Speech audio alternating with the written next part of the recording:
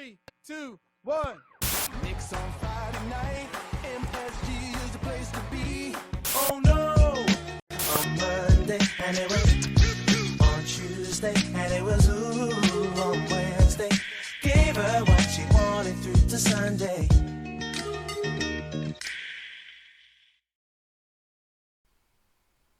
Hé hé hé 3, 2, 1, on est de retour. Et oui, pas un jour, pas une semaine, pas un mois, pas une année sans qu'on parle des New York Knicks.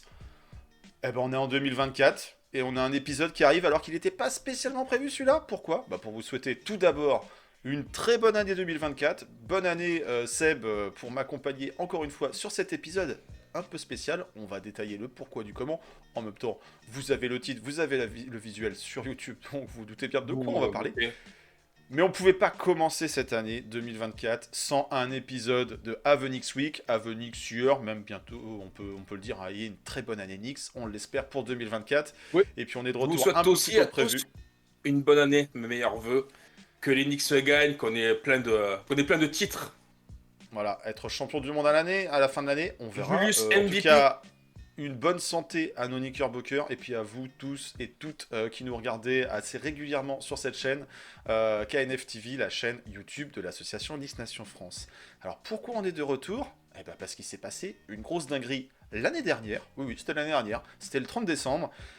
Il y a eu les fêtes, on n'avait pas prévu de revenir rallumer la caméra et les micros tout de suite. On devait se donner rendez-vous lundi prochain pour débriefer tout simplement les matchs qui se sont joués. Mais non, il fallait quand même qu'on revienne avant parce qu'il y avait quand même un gros sujet à débriefer ensemble. Alors on a rangé les boules, les guirlandes, le sapin, on a rangé les cotillons et les coupes de champagne. On est prêt pour vous débriefer ce qui s'est passé. Et il s'est passé une belle petite dinguerie. Donc on va en parler ensemble. On perd pas plus de temps, je balance le jingle. Seb, t'es chaud ? Plus que jamais. Plus que jamais. Alors c'est parti, on perd pas de temps, on balance le petit jingle et on rentre tout de suite dans le vif du sujet. Right. It was all good just a week ago. Last week I had everything. Et oui, aujourd'hui, on est accompagné d'un petit jouet. Un petit jouet collector, le petit Bubblehead de R.J. Barrett, parce que R.J. Barrett, voilà, c'est fini. Il n'est plus un Knickerbocker. Alors, Knickerbocker un jour, Knickerbocker toujours, ça c'est certain. Mais notre ami Léon a décidé voilà, de tourner la page, de faire un gros move. Oui, parce qu'on peut le considérer comme un gros move. Oh oui. On l'attendait un petit peu, ce gros move. Est-ce que c'est le gros move que tout le monde attendait à voir ? L'avenir nous le dira. En tout cas, il a bougé des joueurs, des assets, et pas des moindres. Il y a eu un trade qui a été annoncé par nos amis des insiders habituels, les Woj et les Shams Charania. Un trade qui envoie R.J. Barrett plus Emmanuel Quickley, IQ pour les intimes, plus le second tour de draft de la prochaine draft 2024 qui appartient aux Knicks via les Detroit Pistons. Donc dit autrement, c'est un second tour qui risque de se transformer en limite borderline first round vu la saison un peu compliquée des Detroit Pistons. Mais voilà, ces trois assets qui partent pour qui, pourquoi ? Pour OG Anunoby des Toronto Raptors, accompagné de Precious Achiuwa, tendance new-yorkaise, hein, cet ami Precious. Il est du Bronx. Et Malachi Flynn. Du Bronx, voilà, un gars de BX, un des Five Boroughs de New York qui arrive à Madison Square Garden, la salle des New York Knicks. Malachi Flynn pour accompagner tout ça. Bon, pour l'instant, il est out le garçon. Mais voilà, un trade 3 contre 3 avec un pick de draft. C'était la grosse news, la Wash Bomb, la Shams Bomb. Ça nous a surpris. Enfin, moi, j'ai découvert cette annonce. C'était quand ? C'était samedi 30 C'était décembre. samedi soir, à Voilà, 18h, 18h30. Par Pour là. tout dire, je préparais mes petites lasagnes tranquilles pour un petit repas Moi, avant j'allais les au fêtes. travail. Petite lasagne maison, et puis là, au bout d'un moment, je vois que ça s'agite sur des groupes WhatsApp, des vocaux, en veux-tu, en voilà. J'en lance un pour savoir ce qui se raconte, et j'entends qui, quoi ? Il s'est passé un truc, tu vas kiffer Precious Achiuwa ? Pour qui, pourquoi ? Eh ben oui, il y avait eu un trade, 1 heure avant, donc un petit peu trop tard, effectivement. On s'attendait pas à ce timing-là, c'était un petit peu surprenant, faut l'avouer. Toi, tu partais au travail, moi j'étais en pleine cuisine, et du coup, forcément, ça a un petit peu chamboulé ce samedi.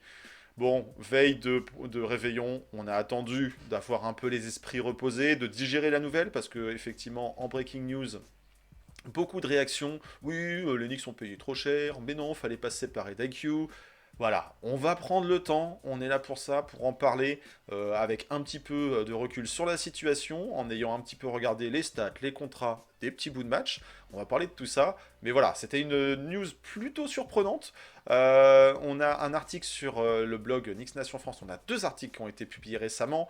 Le premier étant le statut, enfin le point sur la saison des Knicks par Kevin, qu'on Voilà, salue au passage, Potière. qui nous mentionnait un petit peu, effectivement, à 30 matchs, les pistes qui pouvaient se produire en termes de mouvement au Knicks. Il y a du Dejounte Murray, on a parlé de DeRozan, on a parlé de Zach LaVine, on a parlé de pas mal de monde, de Dédé Drummond. Pourquoi? Pour avoir un petit peu de renfort à l'intérieur en l'absence de Mitchell Robinson. Et puis on avait évoqué rapidement la situation, le cas OG Anunoby, puisque c'est un nom qui est dans les radars, dans les rumeurs depuis un petit moment. Depuis un petit moment. Mais il y avait une histoire de procès. Il y a toujours cette histoire de procès Bah ouais. au civil ou je ne sais où, dans la juridiction américaine Ah, entre c'est New pour York ça et que- Toronto. C'est pour ça que personne ne donnait trop de crédit finalement à cette piste en Ouais. direction de Toronto, quoi. On n'y croyait pas trop. On se disait, mais pourquoi est-ce que les deux vont aller faire. Les deux franchises vont aller faire un deal sportif alors qu'ils se mettent dessus juridiquement pour des histoires d'espionnage Business entre is guillemets, business. industriel. Finalement, le sportif a primé et tant mieux. C'est voilà, moi c'est ça qui m'a surtout surpris. Je pensais que tant qu'il y avait cette histoire de procès, jamais les deux franchises allaient faire un deal. Et ben si, comme quoi la NBA ça peut être surprenant parfois. Est-ce que c'est un deal gagnant-gagnant? Est-ce que c'est une équipe qui en ressort plus à son avantage que l'autre? On va détailler ça. On aura l'occasion d'avoir cette petite conclusion, nous, en fin de vidéo. On donnera nos avis. D'ici là, on va essayer de revenir un peu en détail dans les tenants aboutissants de ce trade. Alors bon, d'abord, on va commencer par se préoccuper de ceux qui sont partis, ceux qui nous ont quittés. R.J. Barrett, 5 ans à New York, drafté en 2000, c'était quoi, 17, 19, je ne sais même plus. 2019. 2019. 2019 au Troisième place. pick, pardon. Derrière le fameux Zion Williamson, derrière Mm. l'autre fameux Bang Bang, Jam Morant. Grant. Et donc notre Canadien R.J. Barrett qui avait démarré sa carrière à New York avec un Yo, I'm a Nick. Et ça avait tout de suite marqué les esprits. Bon, après, il a eu, on va dire, 5 saisons avec des hauts, des bas. Un bon gars, R.J. Barrett. Toujours plutôt Non, on peut pas bonne dire le humeur, contraire. Souriant et tout. Voilà, il a su se mettre les fans dans la poche par son attitude, Pas de par drama son dans état la d'esprit. team aussi, je veux dire. Il était pote avec Frank quand il était présent. Il était pote avec IQ, avec Obi. Julius avait pris un peu sous son aile aussi par son expérience. Enfin, non, il n'y avait aucun. En tout cas, au sein du roster, pas de problème particulier le concernant, quoi. Hein. C'était Clairement jamais pas. rien qui est sorti dans les médias. Hein. Clairement pas, et il jouait le jeu des médias, il a été mis en avant, il a tout de suite assez vite endossé la pression que pouvait représenter New York, un marché comme New York. Voilà, il a embrassé les bras ouverts et le public lui a plutôt bien rendu au début. Ça a été par moments un peu compliqué sportivement, et ça, on va revenir le détailler. Mais finalement, voilà, un joueur issu de la formation, entre guillemets, new-yorkaise, qui a connu pas mal de coachs, Fisdale pour commencer, Mike Miller, puis Tom Thibodeau, ça il faut le rappeler en termes de parcours. Mais voilà, 5 saisons passées à New York, et les Knicks ont décidé de s'en séparer. Il était déjà dans les rumeurs de trade l'été dernier, enfin il y a 2 étés, lorsqu'on parlait d'une arrivée potentielle de Donovan Mitchell. Il y a eu des prolongations de contrat. Bon, voilà, on se disait peut-être que ça a été un peu dur à digérer, mais voilà. Il y a eu une belle campagne cet été avec la Team du Canada où il termine médaille de bronze, donc très très bien. Mm. Donc Canadien, on le rappelle, même si je pense que là-dessus tout le monde a cette info, Canadien issu de la banlieue Issu de Toronto, De Toronto. Mississauga, si je dis pas de bêtises, si je prononce bien en canadien. Donc voilà, pour lui, c'est un retour à la maison, un coming home. Donc il est plutôt, je pense, content. Et au regard de ses premières déclarations, il y avait pire comme transfert pour lui. Retourner à Toronto, bon, finalement, c'est un moindre mal, même si il a dû sûrement accuser le coup dans un premier temps de quitter New York. C'est pas Et le même puis marché. accompagné, pas le même marché, clairement. Mais un beau marché et une belle fanbase aussi. Ah oui, non, Une non, équipe mais bien sûr. championne il n'y a pas si longtemps. Non, mais Une franchise Toronto, respectable. c'est une immense ville donc, qui vibre, je pense, essentiellement pour les Maple Leafs en hockey. Mais parce que Mais après, les Raptors ont une histoire plus récente également dans la ligue. Et après, ont un titre aussi. Ils l'ont acquis quand leur titre? Bah, justement en 2018, je pense, non? Un truc comme ça. Alors là, Joker, je sais plus, on n'a pas révisé 2018, je sais l'histoire plus. de Toronto, des Toronto Raptors, et on laissera ça aux fans des Toronto Raptors. Mais en tout cas, voilà, c'est un retour pour lui, et un peu l'enfant du pays, un des enfants stars du pays au niveau du ballon orange. Peut-être pas le meilleur Canadien de la NBA à l'heure où on parle, mais voilà, en tout Il y cas, en a un un retour pas bien mal du accueilli pour côté lui. de Oklahoma, ouais. De côté d'OKC, effectivement. Et puis une belle équipe du Canada au sens large, une belle fratrie, comment dire, oui, une belle brochette de Canadiens un petit peu partout. Et puis donc accompagné de notre tout jeune 2018-2019 aussi, champion. voilà, merci, tout jeune IQ, qui lui aussi a été drafté par New York, beaucoup plus loin. C'était 25e draft, 25e choix. 25e pick, 25e choix. La saison d'après, justement, Oui, la saison si je Dobby. dis pas bêtises, Draft Dobby la 2020. saison Dobby. Donc mine de rien, en un bout d'intersaison avant une trade deadline, on s'est séparé de Obi et de IQ. Comme quoi ça peut Et aller de vite. RG. En Et 6 de mois, RG, en 6 mois, ça fait beaucoup. La Grimes, McBride, Teams et Mitchell Robinson sont les derniers formés, entre guillemets, draftés du roster. Effectivement, donc ils peuvent aussi se poser des questions, avoir chaud. C'est pas pour autant qu'on tourne la page des jeunes à New York. C'est pas pour autant qu'à New York on ne sait pas former les jeunes, on ne sait pas développer les jeunes. Ah bah non, Faut la dire preuve. tout de même, IQ c'est quand même un joueur qui a eu des responsabilités. On va aussi détailler son impact et sa perte vis-à-vis du jeu. Mais voilà, ces deux jeunes qui partent, ça fait un petit passement au cœur, forcément, parce qu'on préfère avoir une histoire qui se construit dans le temps avec des joueurs issus de la draft formés à la maison new-yorkaise. Alors tout de suite, on va pas faire le oh c'est Sonics, vous gardez pas vos jeunes. Non, à un moment donné, pour faire des trades, il faut bien utiliser des joueurs dans la balance pour pouvoir conclure un deal. Visiblement, c'est des joueurs qui intéressaient Toronto, qui intéressaient les Raptors, qui sont peut-être à l'aube d'une reconstruction plus importante. Ils le On sont, ouais. pense notamment à Pascal Siakam, qui est aussi dans les rumeurs depuis un bon moment. OG Anunoby, sa situation contractuelle laissait croire que il allait sûrement risquer de partir. Donc voilà, il était peut-être temps pour Toronto d'appuyer sur le bouton avant la trade deadline. Ça s'est fait fin 2023, tout début 2024. Ça va permettre d'avoir ces joueurs un peu plus longtemps que si l'échange avait eu lieu pour les deux équipes au moment du mois de février. Donc c'est peut-être pas plus mal que ce deal ait lieu maintenant. Au bout d'une trentaine de matchs, la saison de Toronto est mal embarquée. Il prépare peut-être déjà le futur et se donne du temps avec ses jeunes. La saison de New York, elle, est plutôt bien embarquée et il y a peut-être besoin justement d'un petit boost, un petit complément. Et on va voir si OG peut l'apporter. Mais voilà, deux petits jeunes qui partent. Forcément, il y a une petite larmichette au moment de les voir partir. Peut-être plus pour l'un que pour l'autre, pour les deux, je ne sais pas. Chacun aura son affect particulier. Moi, ma petite figurine collector, eh ben, elle va rester collector. Le numéro 9, aujourd'hui remplacé par un numéro 8. On verra si le Bobblehead vient prendre sa place dans la vitrine. Mais voilà, petite Le larmichette, très, pas de larmichette. le Petit très pincement au souriant cœur ou pas? OG Anunoby, quoi. Ah, le très Euh, souriant. Bah écoute, ouais, non, non, quand la nouvelle est tombée, j'étais en train, comme je te dis, de me préparer pour le travail. D'ailleurs, ça m'a mis un peu en retard parce que bah, tout de suite, j'ai un peu réagi avec les copains, j'ai un peu réagi sur Twitter. Parce que c'est qu'on s'y attendait pas du tout. Il y avait, tu sais, des fois, ça frémit un petit peu. Il y a des choses qui sont là, qui sont en train de se préparer, et les insiders, tu vois, il y a des choses qui te laissent penser. Là, on nous sortait pas, enfin, on nous avait parlé un peu d'Oji, mais pas plus que ça, C'est ça. de Dejounte Murray, mais pas plus que ça. Et puis on était quelque part, on était plus peut-être dans l'optique d'un d'un move d'ajustement pour le rôle de pivot. Et, Ouais. euh, et on voyait pas, en fait, entre guillemets, un blockbuster trade. Oui, on peut l'assimiler quand même comme ça, parce que on Entre perd, guillemets, bon. on perd un membre important. On perd déjà deux de nos Un quatre meilleurs starter. scoreurs. Deux Un de nos starter et quatre le meilleurs, sixième homme, quoi.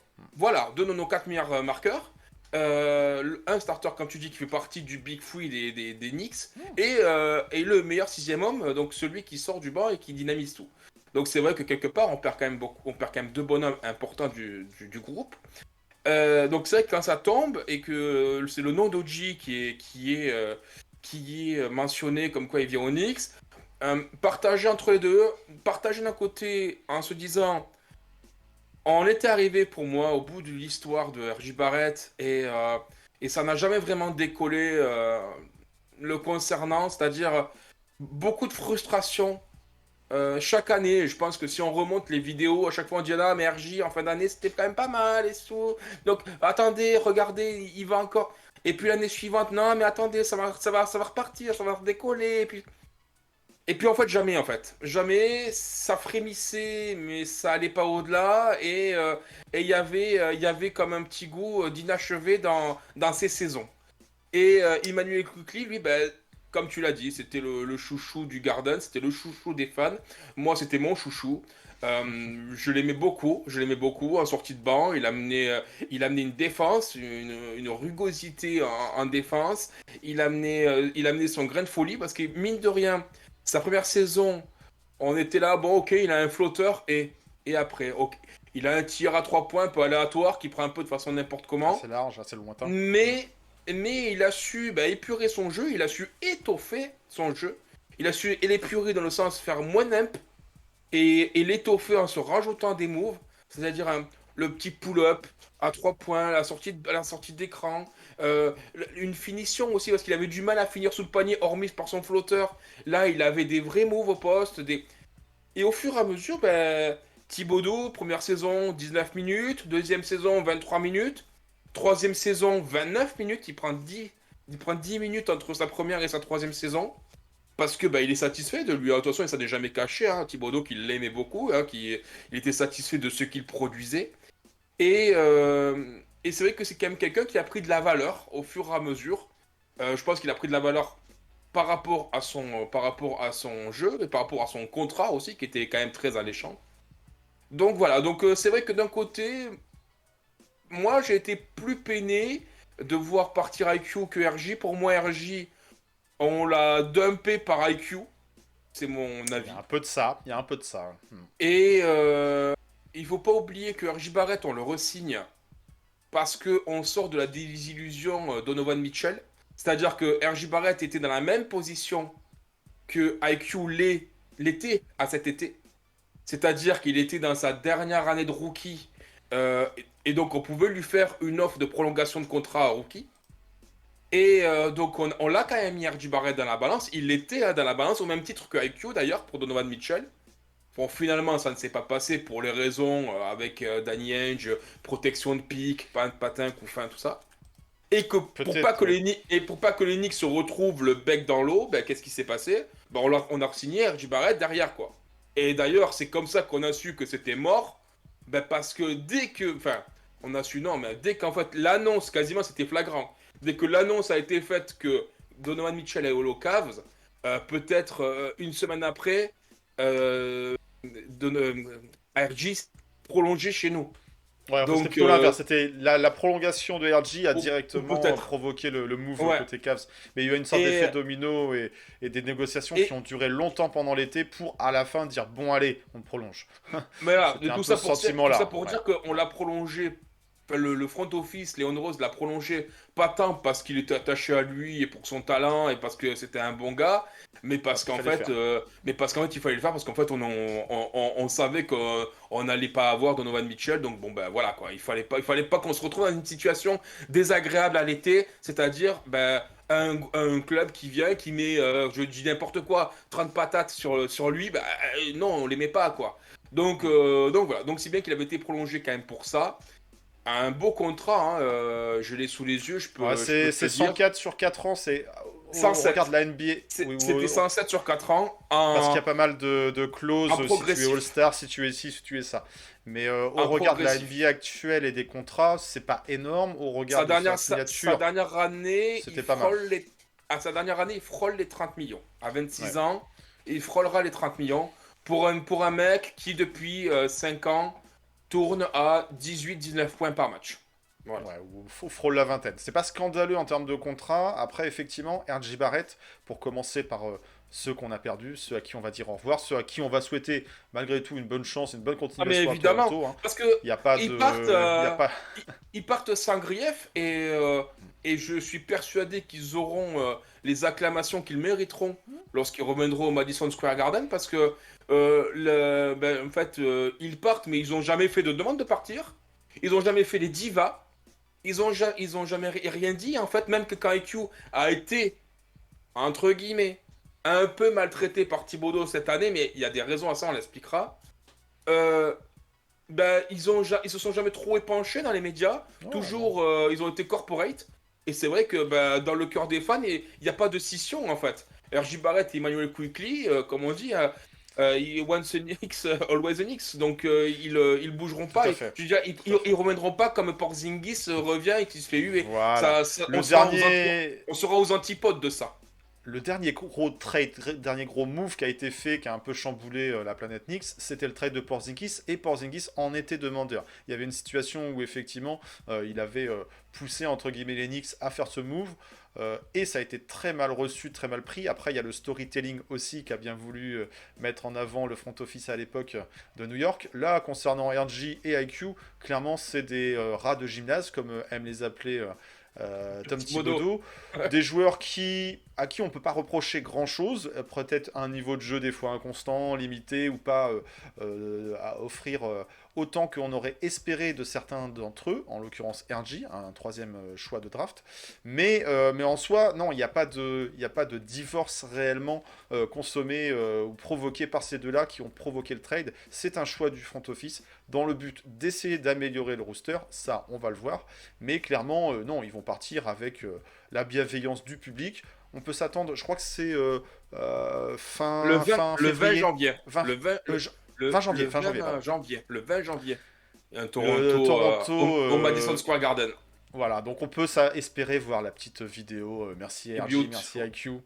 bien sûr. Voilà pour ces moments. En tout cas, bon, pour revenir sur RJ, effectivement, on a un joueur qui, malgré son haut choix de draft, a pris son temps pour retrouver sa place dans un effectif qui a été un peu tout le temps en constante évolution à New York. C'est pas évident pour un jeune joueur, arrivé à 19 ans, il faut le rappeler, même si belle formation à Duke, même si en high school pas mal assez prometteur, il était Après annoncé à un moment peut-être donné first pick, hein, donc après peut-être que on a vu justement les Tres Amigos Dukies peut-être un poil trop beau.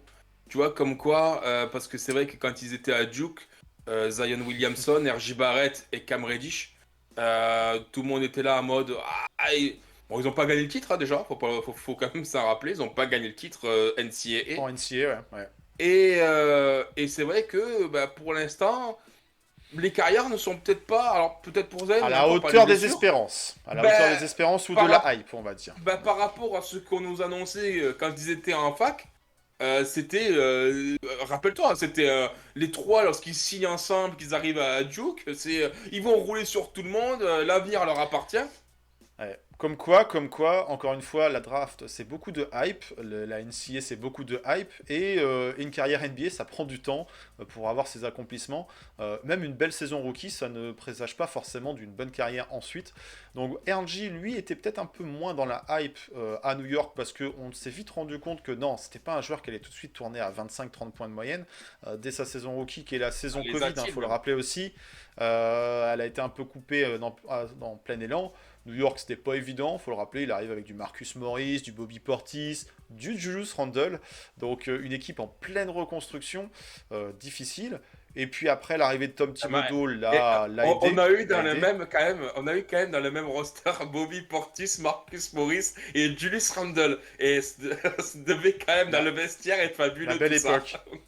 La belle époque. Effectivement. Ce qui a fallu la tête de Fisdale, bon, lui, on le regrette clairement pas. Mais voilà, donc RJ Clairement Barrett, pas. c'était une belle hype.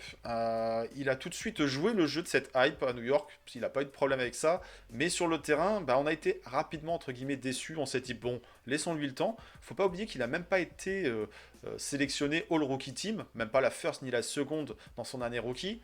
une année rookie, je le rappelle, coupée Covid, donc bon, ça pouvait aussi avoir une influence sur la perception de sa saison. Et puis après, bah voilà, il était toujours un poil petit volé, peu. je pense, quand même. Hein. Un poil Ouais, volé ouais, sur ça. ouais. C'est parce que il y a eu des noms sur la All Rookie, notamment Second Team. Voilà, On quoi. les a oubliés depuis. On les a oubliés depuis, ou alors Ouais.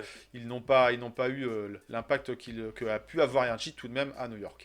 Et puis voilà, il y a eu pas mal de changements, du Derrick Rose, du Kemba Walker, du Evan. Il a fallu qu'il trouve sa place. C'était pas évident. RG, à un moment donné, on s'est dit bon, ça va être le. Est-ce que c'est un franchise player? Clairement, ne peut pas répondre par l'affirmatif au jour d'aujourd'hui. Est-ce que demain à Toronto, il le sera? Peu probable. À voir, à voir. On ne sait pas de quoi Est-ce que l'avenir tu est veux fait. les noms de la All-Rookie Team? Est-ce que ça t'intéresse?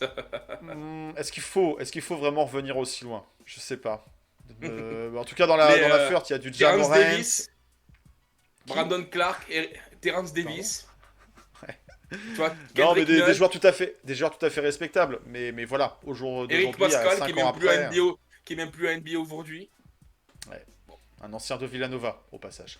Bon, Eh bref, oui. mais tout ça pour dire que effectivement, ça démarrait un petit peu sur la pointe des pieds à New York. Mais il a réussi à progresser tout de même. On a toujours eu des doutes sur son shoot, sur sa capacité de shoot, sur sa capacité de dribble aussi. Hein. C'est un gaucher, il joue beaucoup main gauche, il est capable d'absorber le contact, ça là-dessus on l'a vu. Mais d'ailleurs on vous conseille un très très bon podcast, c'est quoi? C'est Basket Lab, si je dis pas de Basket bêtises. Lab, ouais. On mettra le lien en commentaire, qui détaille un petit peu les interrogations autour de RG et puis notamment une analyse autour des stats. Et on voit et on se rend compte que RJ Barrett, oui, il y a de la production statistique quand on regarde les chiffres, une vingtaine de points par match, mais en termes d'efficacité, c'est un peu douteux, c'est un peu discutable. Il y a beaucoup de paniers pris, beaucoup de tirs pris, mais voilà. Des crises d'adresse, mais dans le mauvais sens, où pendant des périodes et des semaines et des matchs, bah, il n'y avait pas un 3 points qui rentrait, donc c'était un peu compliqué. Pour un joueur Le qui a 3 points, toujours un peu oscillé entre le poste 2, 3, on ne savait pas trop où le positionner. Il est physiquement plutôt assez athlétique, pas très rapide. Il n'a pas un premier pas qui fait dire waouh, il prend de vitesse n'importe qui. Il est capable d'aller au contact et ça nous a tout de suite plu. Donc Un c'était handle plutôt intéressant, pas non plus élite, quoi. ouais, voilà, donc il y a eu des choses, une galère continue au lancer franc, même si cette saison, il y avait une progression dans ce Beaucoup mieux au secteur. lancer franc cette saison. On l'a Ah bah vu oui. faire de bons playoffs, il faut le dire. On l'a vu faire de bons playoffs Alors, l'année dernière, ouais, une bonne campagne à l'été et un bon début de saison cette année. Donc on s'est dit, ça y est, c'est l'année du déclic. Limite, on va peut-être pouvoir espérer que RJ Barrett soit un All-Star à New York. On tu s'est dit parlais ça. des lancers francs quand même, tu vois, il était passé, on va dire, de 60, ouais, 74% à 84%. Donc il y avait C'est du pas mieux, mal, hein, il y avait du au mieux, lancer franc. clairement. Bon, C'est un joueur qui après, reste jeune, parce que voilà, il a après, aux que 3 points, 23 ans, voilà, aux mais... 3 points, aux 3 points, il était à 30, 31% et il était toujours à 30, 33%, quoi. Ouais. Sachant que là, sur cette trentaine de matchs joués à New York, bon, il y a eu des histoires de migraines qui l'ont un peu coupé, alors qu'il faisait un Ouais. très bon début de saison. Ah, ah Faut ouais. lui rendre ça aussi. Hein. Donc on s'est dit, ça y est, c'est lui qui a pris les rênes, là où il était plutôt vu comme la troisième roue du Big Three, hein, le troisième roue du carrosse, bon, le troisième élément du Big Three derrière JB et Julius.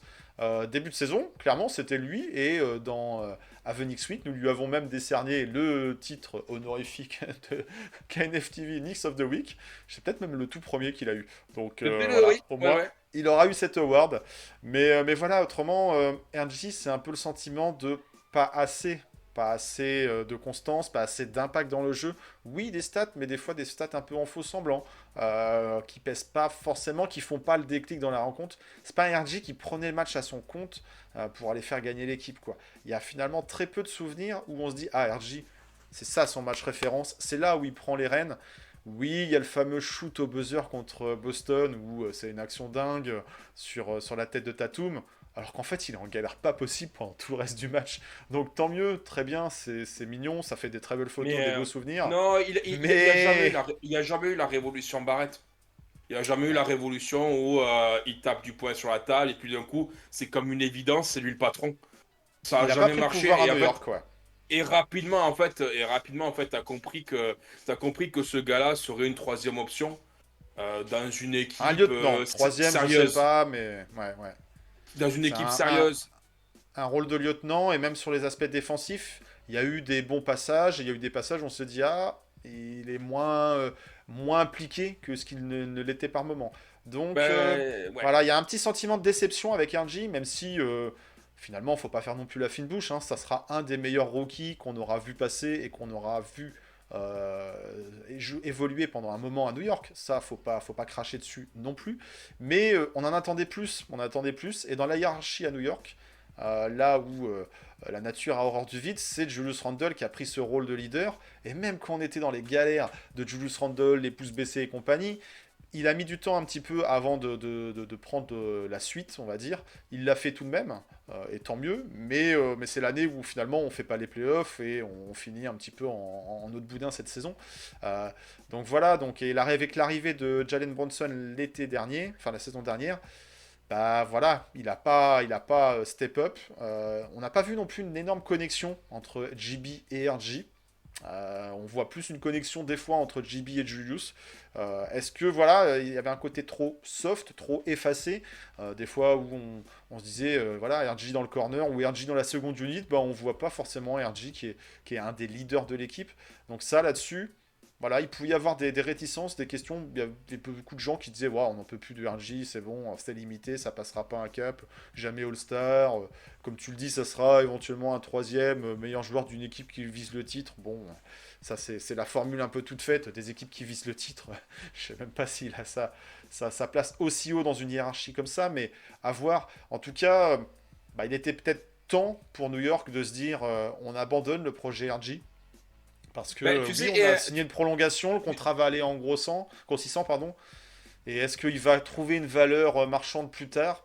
Pas tu sais, certain. Parce que je vais te donner, je vais te donner trois stats avancées que je vais t'expliquer, qui sont relatives et qui finalement en fait caractérisent bien finalement euh, comment les saisons de RJ Barrett au Knicks. Donc on a le PER que tu connais, hein, que j'ai déjà expliqué, donc qui est tout le la monde le note connaît. moyenne de production d'un joueur, dont la moyenne est à 15.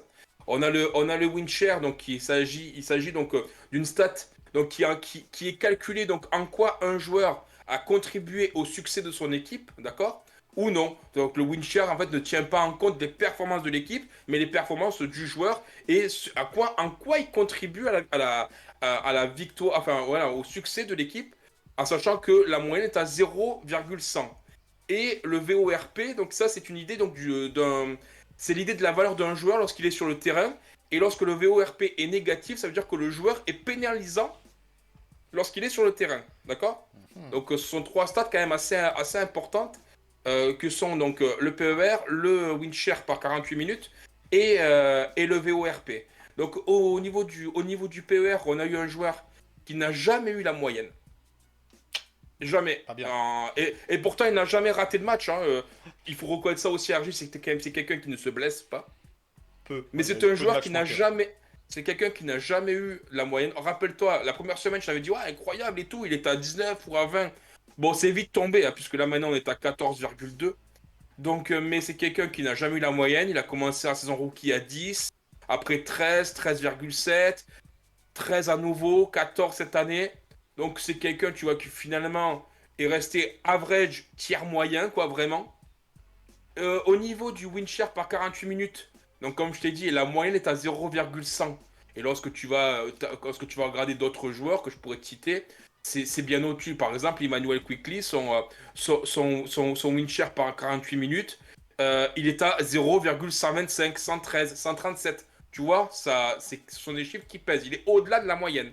RJ Barrett, on était à du 0,078, 0,046. Donc tu vois, c'est clairement en dessous, mais vraiment clairement en dessous. Et au niveau du VORP, on est un joueur qui, en 4 ans chez les Knicks, a été quasiment à chaque fois soit négatif ou proche du négatif. Et quand tu fais ce parallèle-là avec Emmanuel Quickly, et ben là tu fais, ok, en fait il y en avait un qui pesait sur le déroulement d'une rencontre, et un autre en Et fait l'autre, qui pas tant pas que ça. vraiment. Et RJ Barrett, c'est un joueur que, comme je te dis, que je qualifie de moyen, tiers moyen, quoi. Mais moyen, tiers basse même. C'est un bon joueur, mais c'est pas lui qui va c'est pas lui. Évidemment qu'il va avoir des fulgurances comme tous les joueurs. On pourrait tous citer des joueurs anonymes qui un jour ont claqué, je sais plus combien de points, mais Rodrigue Beaubois avait éclaté une équipe tout seul. Enfin, tu vois ce que je veux dire. Ça n'a aucun Ouais. sens de citer un match par un match. Ce qui est important, c'est de voir la moyenne de ces matchs. Oui, et puis Et, sur 5 et- saisons, il y a suffisamment un et- échantillon large pour voir justement l'apport du exactement. joueur. Et quelque part, ces chiffres ressortent notre ressenti. Tu vois, comme on dit, ah bah tiens, les chiffres, on leur fait dire ce qu'on veut. Je suis d'accord, mais lorsque tu regardes comme nous on fait, c'est-à-dire que moi je regarde quand même essentiellement les Knicks en NBA, quelques matchs de d'autres teams lorsque je tombe dessus ou machin, mais sinon je regarde essentiellement 100% des matchs des Knicks.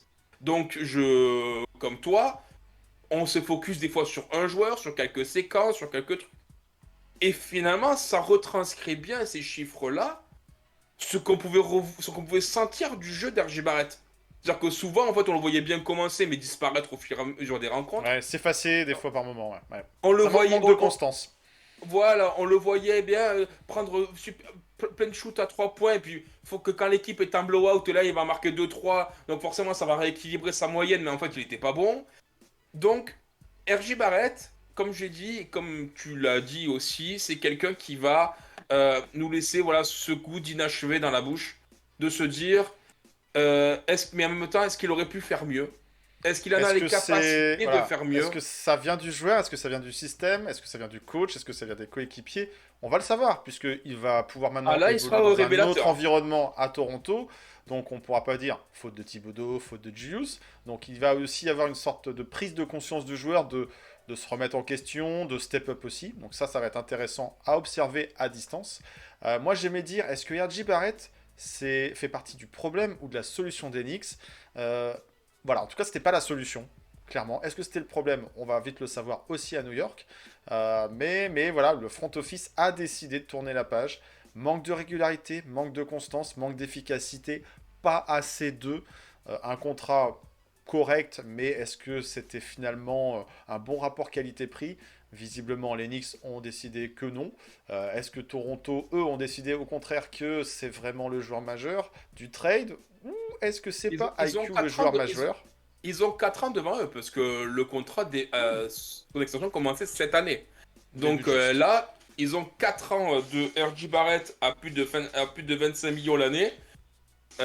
Soit en Pour effet, ben, essayer soit ils croient au de- projet, soit dans un an, 2 ans, ça essaye de gratter des tours de draft. Mais voilà, en tout cas, la page est tournée pour New York. La page va commencer à s'écrire à Toronto pour RG. On lui souhaite le meilleur. On verra comment il se comporte quand il revient au Madison Square Garden. Il sera bien accueilli, mais est-ce qu'il va faire des revenge games? Ça, on le verra. Ça sera intéressant à voir aussi les Je oppositions pense. OG et RG. Bon. Mais voilà, on a beaucoup parlé de lui. C'est une page qui se tourne, forcément un haut choix de draft. Et l'avenir qu'il pouvait incarner à un moment donné, finalement, l'avenir va s'écrire sans lui. Ça fait partie d'une C'était franchise le NBA. dernier. Les joueurs passent et la franchise reste finalement. Donc, C'était le il n'aura dernier. pas su. C'était le dernier. Il avait cassé donc la série des premiers tours de draft Allez, premier tour. non signés. Oui, les premiers tours, parce que je sais que Mitchell Robinson Il y a avait Mitch prolongé, Robinson qui avait signé quelques mais semaines c'était un second avant. tour. Ouais, c'est un second tour. Mais lui, c'était un premier tour, et les premiers tours jusqu'à présent, on les avait jamais gardés. Et, Charmant. et C'est dire, c'est dire. ouais. Ouais.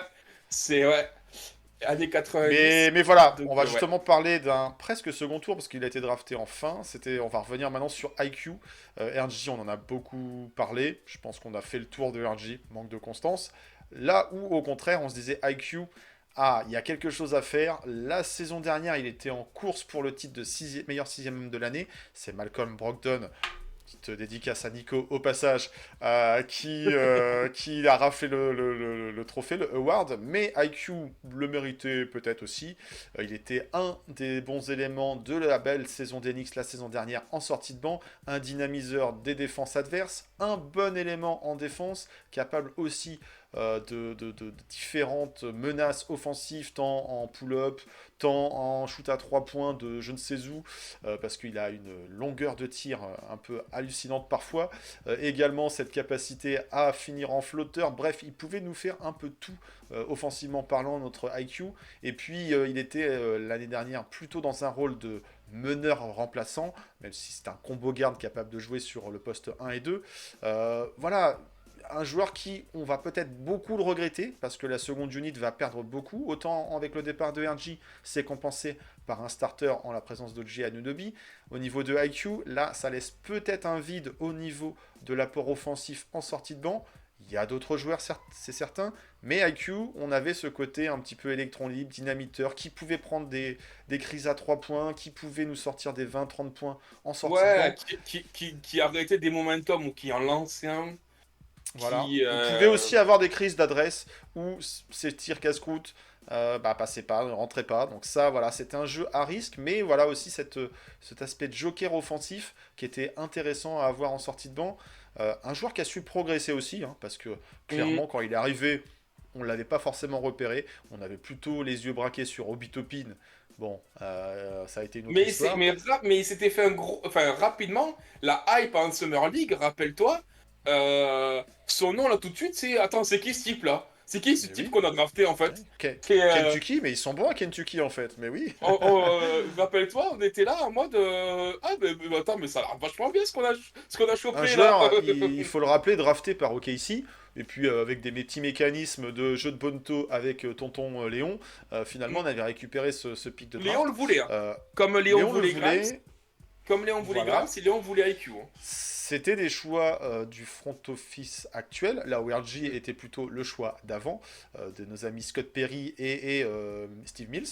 Là, non, c'est un joueur comme Obi Toppin qui ont été draftés sous la présidence de notre ami Léon. Donc voilà, c'est aussi montrer une capacité de pouvoir faire des choix et un peu parfois revenir en arrière sur ses choix, même si là on s'est laissé du temps. Avec IQ, c'est vrai que la situation est différente. Aussi un joueur fun à regarder, voilà, qui est capable de jouer des deux côtés du terrain, ça c'est très important. Et si on a aussi une bonne défense, parfois Ouais. sur le backcourt, Sa défense, c'est pas par rapport à Jalen Brunson, clairement pas, mais c'était sa bien défense aussi s'est par bien rapport étoffée à au Quickly. fur et à mesure des années.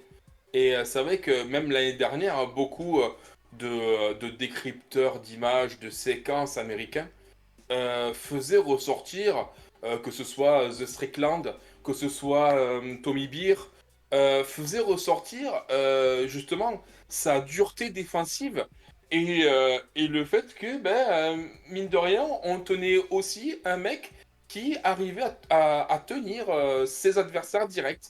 Et c'était pas rien, quoi. C'est mine de rien, c'était pas rien. IQ a réussi. C'est pour ça que c'était un formidable joueur qu'il a plu au Garden. C'est-à-dire que c'est quelqu'un qui mettait son cœur hein, sur le terrain, quoi. Hein. Et Donc pas que. ça à New York, et ça on aime ça, quoi. Oui, Les joueurs et qui puis donnent fun tout, et des célébrations aussi plus sympas les unes que les autres. Donc clairement, c'est un joueur qui va manquer vis-à-vis de la fraîcheur qu'il pouvait apporter. Ouais, clairement, ces célébrations, elles étaient kiffantes. Il y en a plein. On pourra en faire une compile. Peut-être qu'on aura le droit sur KNF TV d'avoir quelques, Je sais plus quelques c'est souvenirs. contre qui. Je sais plus c'est contre Il nage au quel match. sol Là. et tout. Il y avait un où il marque Il y en a où il trop. marque le 3 points. Il marque le 3 points dans le corner, et il se retourne vers le banc, tu sais, et il les regarde en mode ouais, genre, et ouais, enfin, il y avait. C'était Non, il marrant, il quoi, était comme mec. rafraîchissant. Après, des fois un peu rageant parce qu'il y avait des shoots, des fois pris un peu n'importe comment, ou par moments un peu tunnel vision lorsqu'il fallait apporter des points. Donc c'est Mais en pas un même temps, c'est créateur. aussi. Voilà, il jouait au poste 1, mais c'était pas un meneur de métier, Un clairement. combo. Ceci dit, il faisait le travail parce qu'il a fait aussi de belles sorties à la passe par moment, il faut le dire. Mais voilà, un joueur qui sort du banc, qui est dans une course pour un 6e homme de Au l'année, triple, il faut apporter des points. Il faut apporter si des je points. Donc, si je m'abuse, je crois que c'est sur sa saison rookie, là, quand il finisse. Alors, peut-être pas la saison rookie, ou sur la deuxième la saison année. sophomore où il termine au Ouais, triple-double. oui, il fait Ouais, deux ouais. triple-doubles parce qu'en fait, on lâche la saison, on fait pas les playoffs. Donc là, en fait, il joue et Obi joue et les deux s'éclatent. Ça marque plein de points, c'est rigolo. Et il y a une C'était belle frais, connexion entre deux. Ouais. Clairement, un joueur et puis même d'un point de vue charismatique, très charismatique. RG avait son côté charismatique, parfois, même si c'est un côté un peu droopy, un peu endormi par moment. IQ, c'était le fun, Donc ça va manquer forcément, parce que c'est pas ceux qu'on a récupérés de Toronto qui ont l'air d'être des des guélurons par rapport à ça. OG, Mais voilà, c'est là au-delà un de, joueur très sérieux et très sérieux. c'est très posé, trop peut-être trop, une sorte de kawaii, tu vois quoi. Bref. Écoute, moi, Euh, s'il a son sang-froid, pas de problème. Hein. Oui. Non, mais au-delà du côté fun, juste, voilà, sur IQ, il y avait aussi un petit peu le côté, est-ce que c'est un meneur, est-ce que c'est un arrière, est-ce qu'il peut pas être titulaire, est-ce qu'il peut pas, à un moment donné, prendre les rênes que Jalen Brunson a pris quand on a signé l'été, il y a 2 étés. Moi, je pensais, en fait, à un moment donné, quand on était à la recherche d'un meneur, de pourquoi pas, justement, faire monter IQ dans la hiérarchie, même si c'est pas un meneur de métier, il avait montré de belles choses à sa saison rookie. Pourquoi pas à sa saison sophomore devenir meneur, à monter à avoir une promotion par coach Thibodeau. Non, le front office est parti sur Jalen Brunson. On regrette clairement pas ce choix, mais on avait une belle paire finalement de poste 1. Rappelle-toi que déjà durant la saison, on préfère faire jouer Alec Burks en meneur que Ouais. Emmanuel Quickly. Et Ah, c'était- donc là, ça a donné clairement la tendance. Tu savais très bien que là, les Knicks allaient chercher un meneur parce qu'en fait, ils avaient déjà leur idée en tête. C'était que c'était un sixième homme. C'était un mec en sortie du banc. Pour eux, Quickly n'a jamais été autre chose qu'un sixième homme. Hein. Il a très peu Je- starté. J'avais Et donné la stat justement dans l'article que j'ai rédigé. Euh, je vais te, 27, 25 matchs je vais te, titulaires. je vais te le dire. Il a joué exactement 205 en 3 ans et demi pour les Knicks de saison régulière, 253 matchs et il en a joué 27 en tant que titulaire. Donc, À peine 10%, quoi. C'est peu. Donc, C'est peu. on l'a jamais vu autrement qu'un sixième homme, ce type-là. Ceci dit, Il- c'était un rôle qui lui convenait bien parce qu'il y avait une Non, bien liberté. sûr.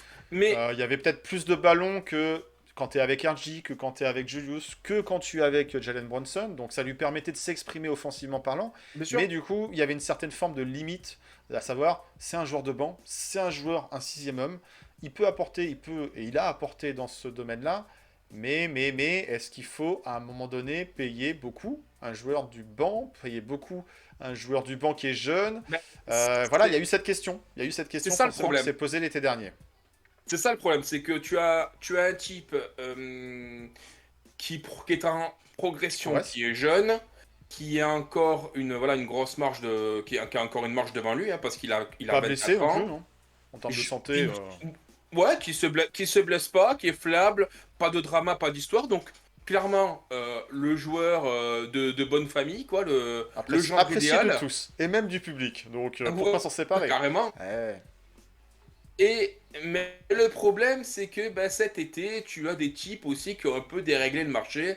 C'est-à-dire que tu as ben, des Devin Vassell, par exemple, qui ont pris, qui ont pris l'oseille, qui ont braqué la banque. Alors, je dis pas qu'ils ne le méritent pas, mais peut-être que au vu de leur production, ce contrat était peut-être encore un peu trop surdimensionné. Ou comme un autre là que j'avais cité, donc un Jordan McDaniel, mais j'ai cité ces deux-là parce que ce sont les deux gros, comment dire, Grosse signature. signature de cet été et les contrats sont énormes. On est sur du 25-26 millions la saison. Est-ce que IQ mérite pour l'instant ce type de contrat? Ça me semble être un peu surdimensionné par rapport à son talent pour l'instant. Disons que Je lui dis pas qu'il peut-être les a aura. ces prétentions salariales-là. Est-ce que New York était prêt à aligner ça? Semble-t-il, il y avait une histoire de contrat garanti ou pas, team option, player option ou pas, qui était dans la Oui, et puis discussion. visiblement Mais on peut-être n'a pas que jamais, ça. Peut-être pas que ça. on n'a jamais. Quand je dis on, c'est les Knicks, ça c'est pas moi. Mais j'estime que Je fais un peu partie de l'organisation. en regardant tous les matchs et matin, je peux dire on sur l'équipe. Les Knicks Votre équipe de cœur. ont proposé visiblement 18 millions, sont pas allés au-delà. Là où lui, ben, forcément, est arrivé avec toutes les captures d'écran. Et attends, lui, il a pris ça, et lui, il a pris ça, et lui, il a pris Ouais, ça. Donc moi, je vais ouais. prendre ça. Bah, forcément, Léon Rose a dit c'est compliqué, mais on peut pas, comme tu dis, on peut pas donner ça On peut à pas un payer tout backup le monde, meneur. quoi.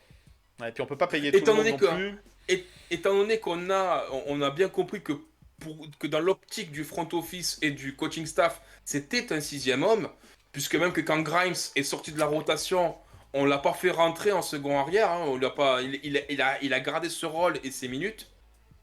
Donc, tu te doutais bien que quelque part, toutes les histoires d'amour se finissent mal en général, et là encore.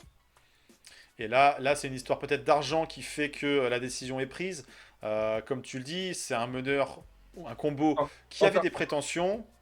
attends, coupe, Ouais, 2 secondes, 2 secondes. on relance. Bon, petite interruption des programmes. Allez, ça va pourquoi? Peut-être que c'est mercredi, jour des enfants, je ne sais pas. Mais ça, c'est la magie des youtubeurs. On a aussi une vie de famille et parfois, allez, il peut y avoir des choses. Donc, qu'est-ce qu'on racontait? On parlait des gosses. On parlait des gosses, on parlait de Rowan, on parlait de Emmanuel qui, voilà, cassait la tirelire ou pas. Non, Oui, oui, effectivement, oui. on avait la situation contractuelle, beaucoup de C dans cette phrase, d'Emmanuel Quickley qui posait question. L'Enix avait de toute façon la main sur le dossier. On pouvait très bien se retrouver avec IQ et son agent autour d'une table et matcher une offre d'une équipe adverse qui aurait mis une belle somme à IQ. Il était restricted free agent l'été prochain.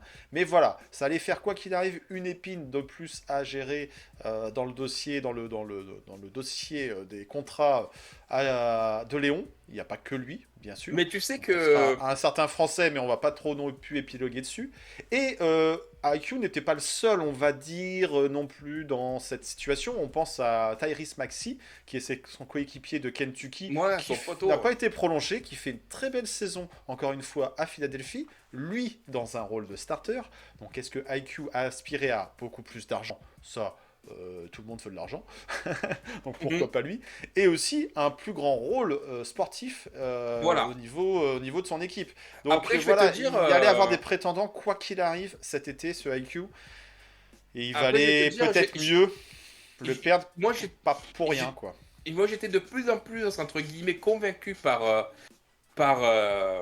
la théorie de Kevin, d'ailleurs, hein, qu'on salue bien fort. Théorie de Kevin. Et la théorie de Kevin était un sign and trade à l'été pour Donovan Mitchell. Et c'est vrai qu'au fur et à mesure, j'étais de plus en plus, entre guillemets, séduit par ce qu'il me racontait parce que ça en prenait le chemin pour moi. Pour moi, ça en prenait le chemin. Pour moi, on était un peu dans cette timeline-là. C'est-à-dire, on allait arriver à l'été où Donovan Mitchell allait envoyer chier les Cavs en leur disant non, non, mais moi je prolonge pas. Eux se retrouvaient un peu au pied du mur parce qu'il faut qu'ils retombent sur leurs frais parce qu'ils l'ont payé quand même cher pour le recruter. Nous, on a quand même un asset hyper alléchant en l'image de. Entre guillemets, on aurait. RJ, IQ, plus des Voilà, pics, plus des choses. exa- Ouais, ouais. exactement, exactement, tu vois. Et donc, pour moi, je m'étais dit, bah tiens. Pourquoi pas? C'est un scénario probable. Ouais, que quand au début, que quand il en avait parlé, j'étais en mode pourquoi pas. Et puis en fait, au fur et à mesure, je me disais, mais en fait, ouais, pourquoi pas en fait. Et c'est pour ça que j'étais d'autant plus surpris, c'était que quand l'info est tombée, moi j'étais entre guillemets un peu bloqué sur cette histoire-là Non, de c'était sign pas and ce qui était trade de prévu, l'été. quoi. Ouais, c'était Ouais. pas ce qui était prévu, c'était pas ça le plan, quoi. C'était pas. Léon, qu'est-ce que tu fous? C'était pas ça le plan! T'as spoil le truc, quoi. On n'avait pas prévu ça.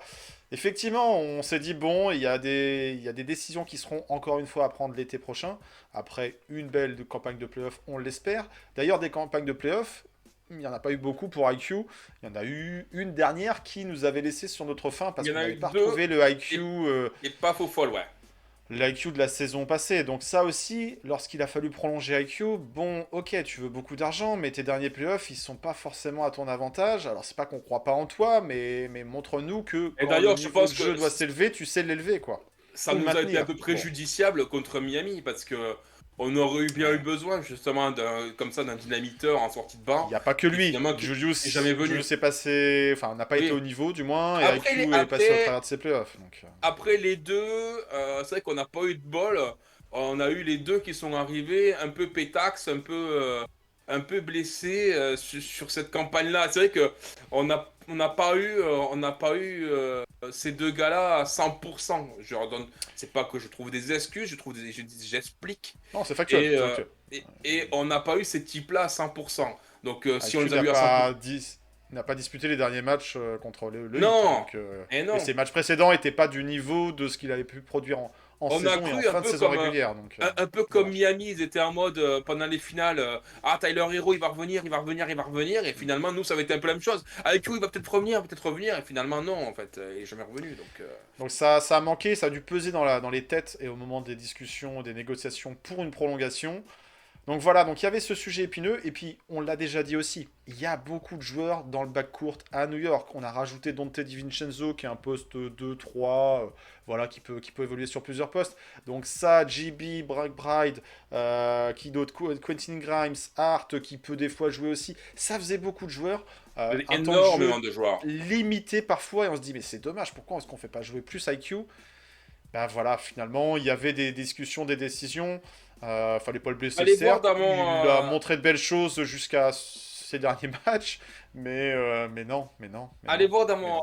allez voir dans mon explication du trade, il y a un petit problème mathématique, et en fait ça fait sens. Et en fait ça fait sens. Un temps de Et jeu limité, donc et ouais. en fait, tu comprends que Thibodeau était un peu entre, je pense, entre le marteau et C'est l'enclume. pas... C'est-à-dire, bah, il a des mecs, il faut qu'ils sont sous contrat, il faut qu'il les fasse jouer, parce que bah, s'il les fait pas jouer, ben forcément, leur valeur est perd, mais s'il les fait jouer, ben, ça gueule parce qu'ils jouent pas assez. Donc c'est vrai que, moi, je vais te dire, Limite un problème de riche en fait. tu Parce sais que, que en plus, que ce soit Dante, Arch, JB, c'est du IQ, bon joueur. il les aime bien, il les apprécie. C'est pas comme s'il les Et faisait pas c'est et- jouer. et c'est du bon joueur en plus. C'est du joueur qui amène quelque chose sur le terrain. Ouais. Et si tu veux, moi cet été, que quand on signe Dante. Dante DiVincenzo et qu'on avait Josh Hart, qu'on est allé le chercher, moi dans ma tête, dans un premier temps, je m'étais dit, bon ok, C'est bien, mais on fait un mais truc, on cherche quelque chose, on va mettre il y Grant, aura autre chose, quoi. IQ de la balance, on est en train de travailler sur quelque chose, on est en train de travailler sur un trade.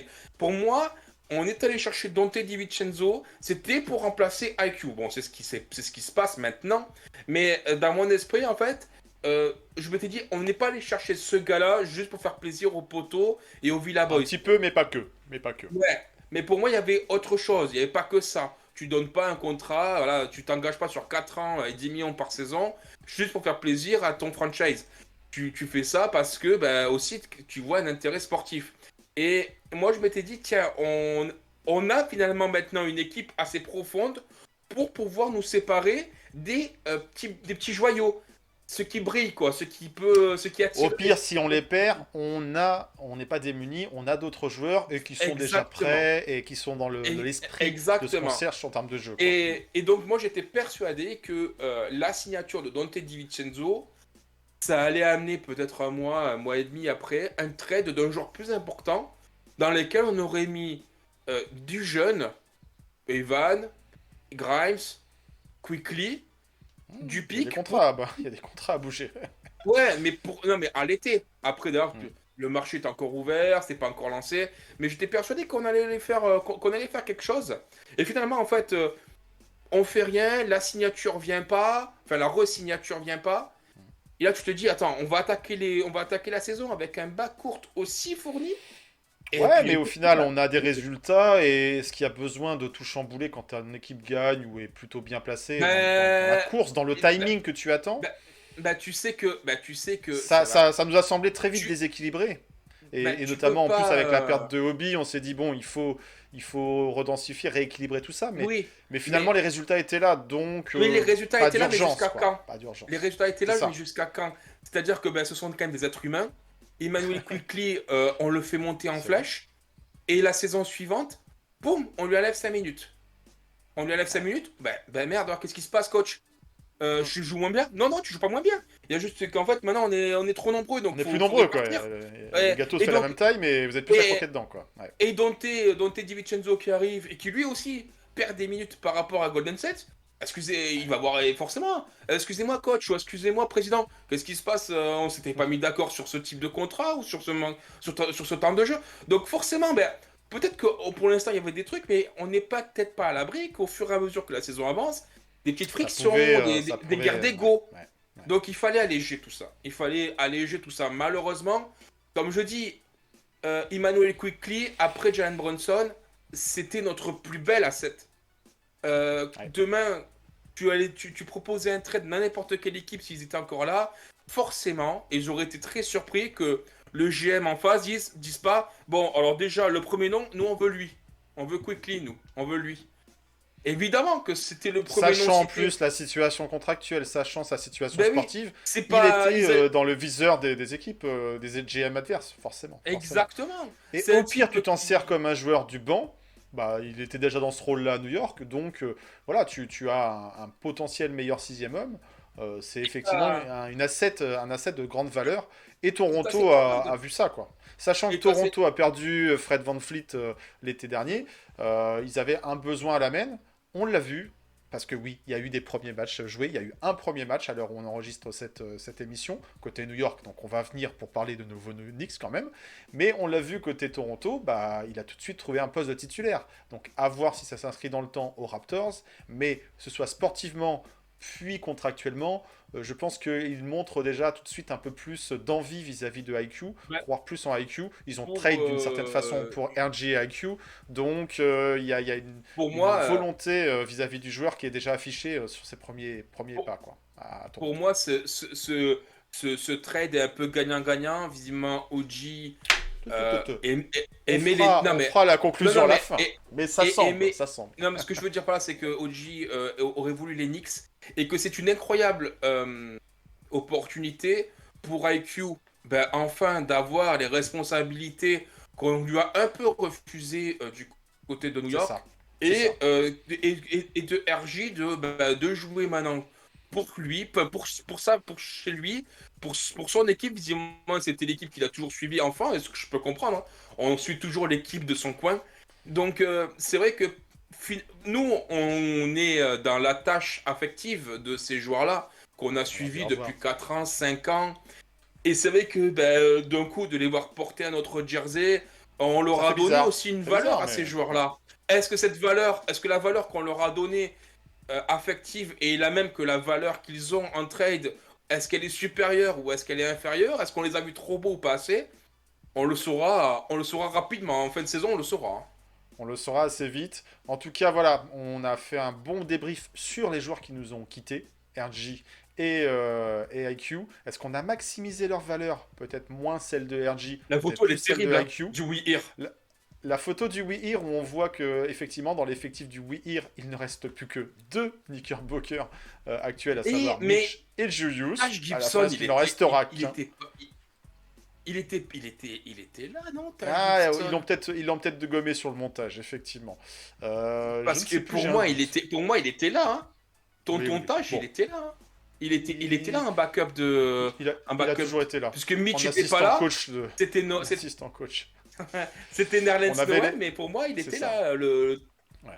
Mais tout ça pour dire qu'il reste, Enfin, que ça bref. va vite en NBA et que voilà, on leur dit au revoir, on leur souhaite en tout cas Et qu'on une très regrette- bonne Et qu'on regrette continuation. tous les jours Elfrid Payton. Je sais pas. Surtout avec Bronson, maintenant je suis pas sûr qu'on le regrette.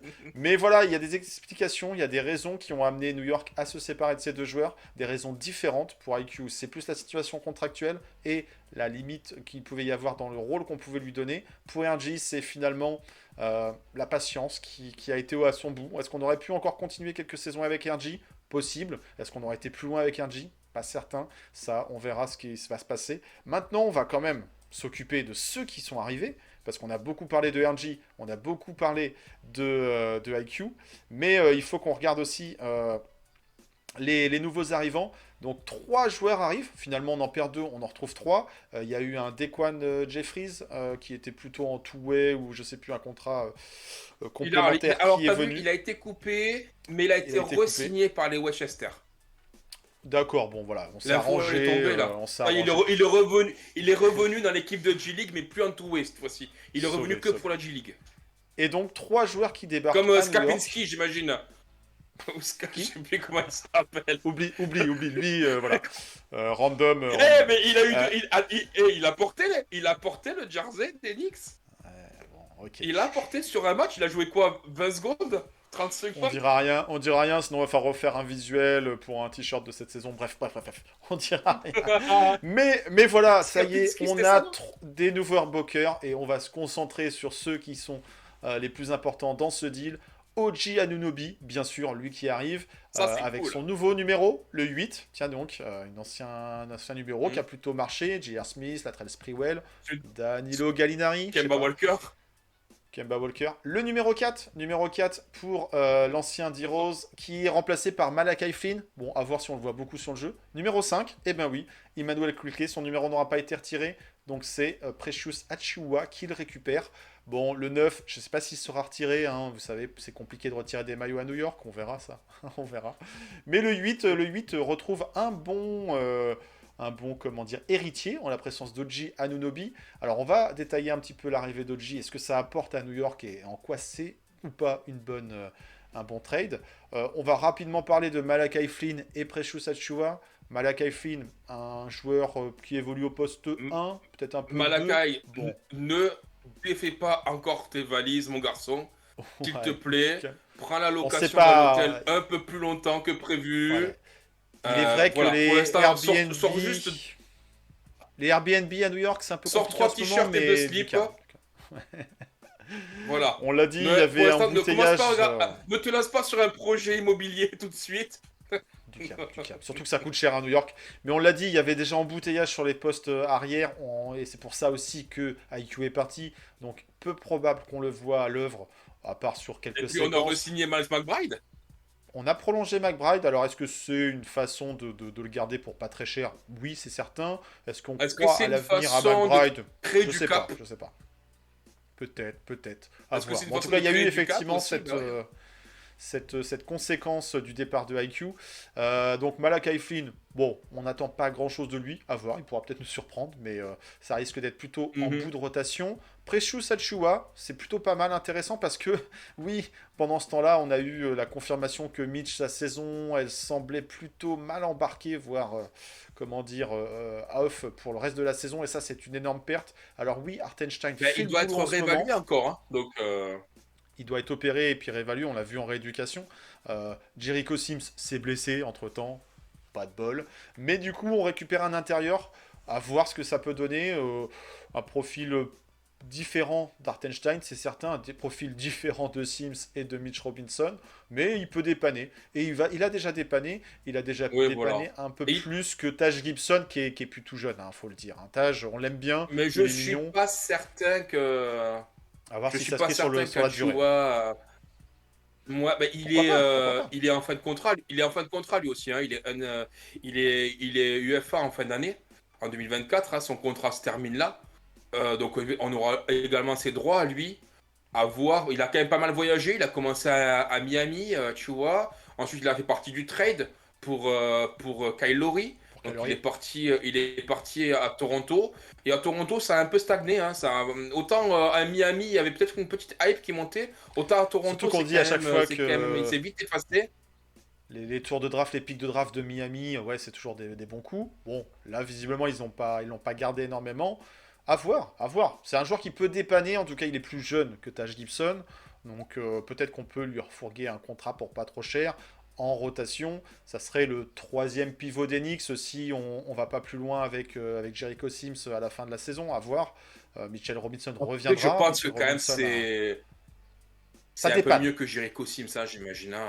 Oui, d'accord, oui, mais Jericho Sims, je pense aussi. Hein. On part quand même de très bas hein, avec Jericho Sims. Hein, Alors, à l'heure où on enregistre cette vidéo, comme on le dit, on l'a dit tout à l'heure, il y a eu un match. Donc, on va pouvoir avoir un peu de matière pour parler de ce qu'on a vu. Achiuwa, il a eu quelques fautes. Il a pris la place dans la rotation de Taj Gibson. Donc, à voir. Il faudra gérer les fautes. Mais je sens un peu le joueur pour dépanner. Et pourquoi pas le prolonger pour un contrat pas trop cher l'été prochain si on a besoin de profondeur d'effectif, de profondeur de banc sur ce poste 5. Mais si on se dit qu'on prolonge Hartenstein, qu'on retrouve Mitchell Robinson, ça fait un poste de 3e pivot. Est-ce que c'est à ça qu'il aspire? Il est jeune, il a peut-être besoin d'autres choses. Donc on verra. Ça dépanne. C'est pas plus mal parce que là, on avait besoin de rotation en ce moment. Est-ce que c'est le genre de profil... Est-ce que tu mets un 3e pivot Bon, ça Ou me alors, paraît enfin, jeune je sais pour pas. un troisième pivot et un peu réducteur pour lui. Est-ce qu'on gardera Hartenstein? Ça, c'est encore autre chose, un autre sujet sur lequel on C'est aura ça autre l'occasion de chose. revenir. Ouais. Mais voilà, en tout cas, pour cette fin de saison, c'est bien d'avoir récupéré ce profil de joueur. Il y a un moment, il y avait des rumeurs d'Eddie Drummond. Bon, bah, Dédé Drummond, il est reparti en mode machine à double-double avec des 20 rebonds. Donc, c'est peu probable que Chicago s'en sépare. À voir. La trade deadline, elle n'est pas encore Voir, arrivée. Il peut parce se passer beaucoup que de choses. justement, eux pour l'instant, ils sont hors play-in. On sait très bien que il y a eu beaucoup de rumeurs ces derniers temps sur Zach LaVine qui joue toujours pas, sur Ouais. DeRozan. Donc si il venait Donc, qu'à appuyer sur le bouton Chicago rouge, pourrait appuyer sur le bouton reset. Ça, c'est certain. ben avoir Et avoir pour eux là un Drummond qui se remontre devant la face du monde, pour eux, je ça pense que c'est une revalise les aubaine assets. justement parce Ouais. qu'il reprend. Ouais. Ça revalorise les assets. Mais voilà, donc en attendant, on n'a pas trop tardé finalement. On a trouvé un autre pivot jeune. Donc c'est bien au niveau de la rotation par rapport à la situation actuelle et les blessures.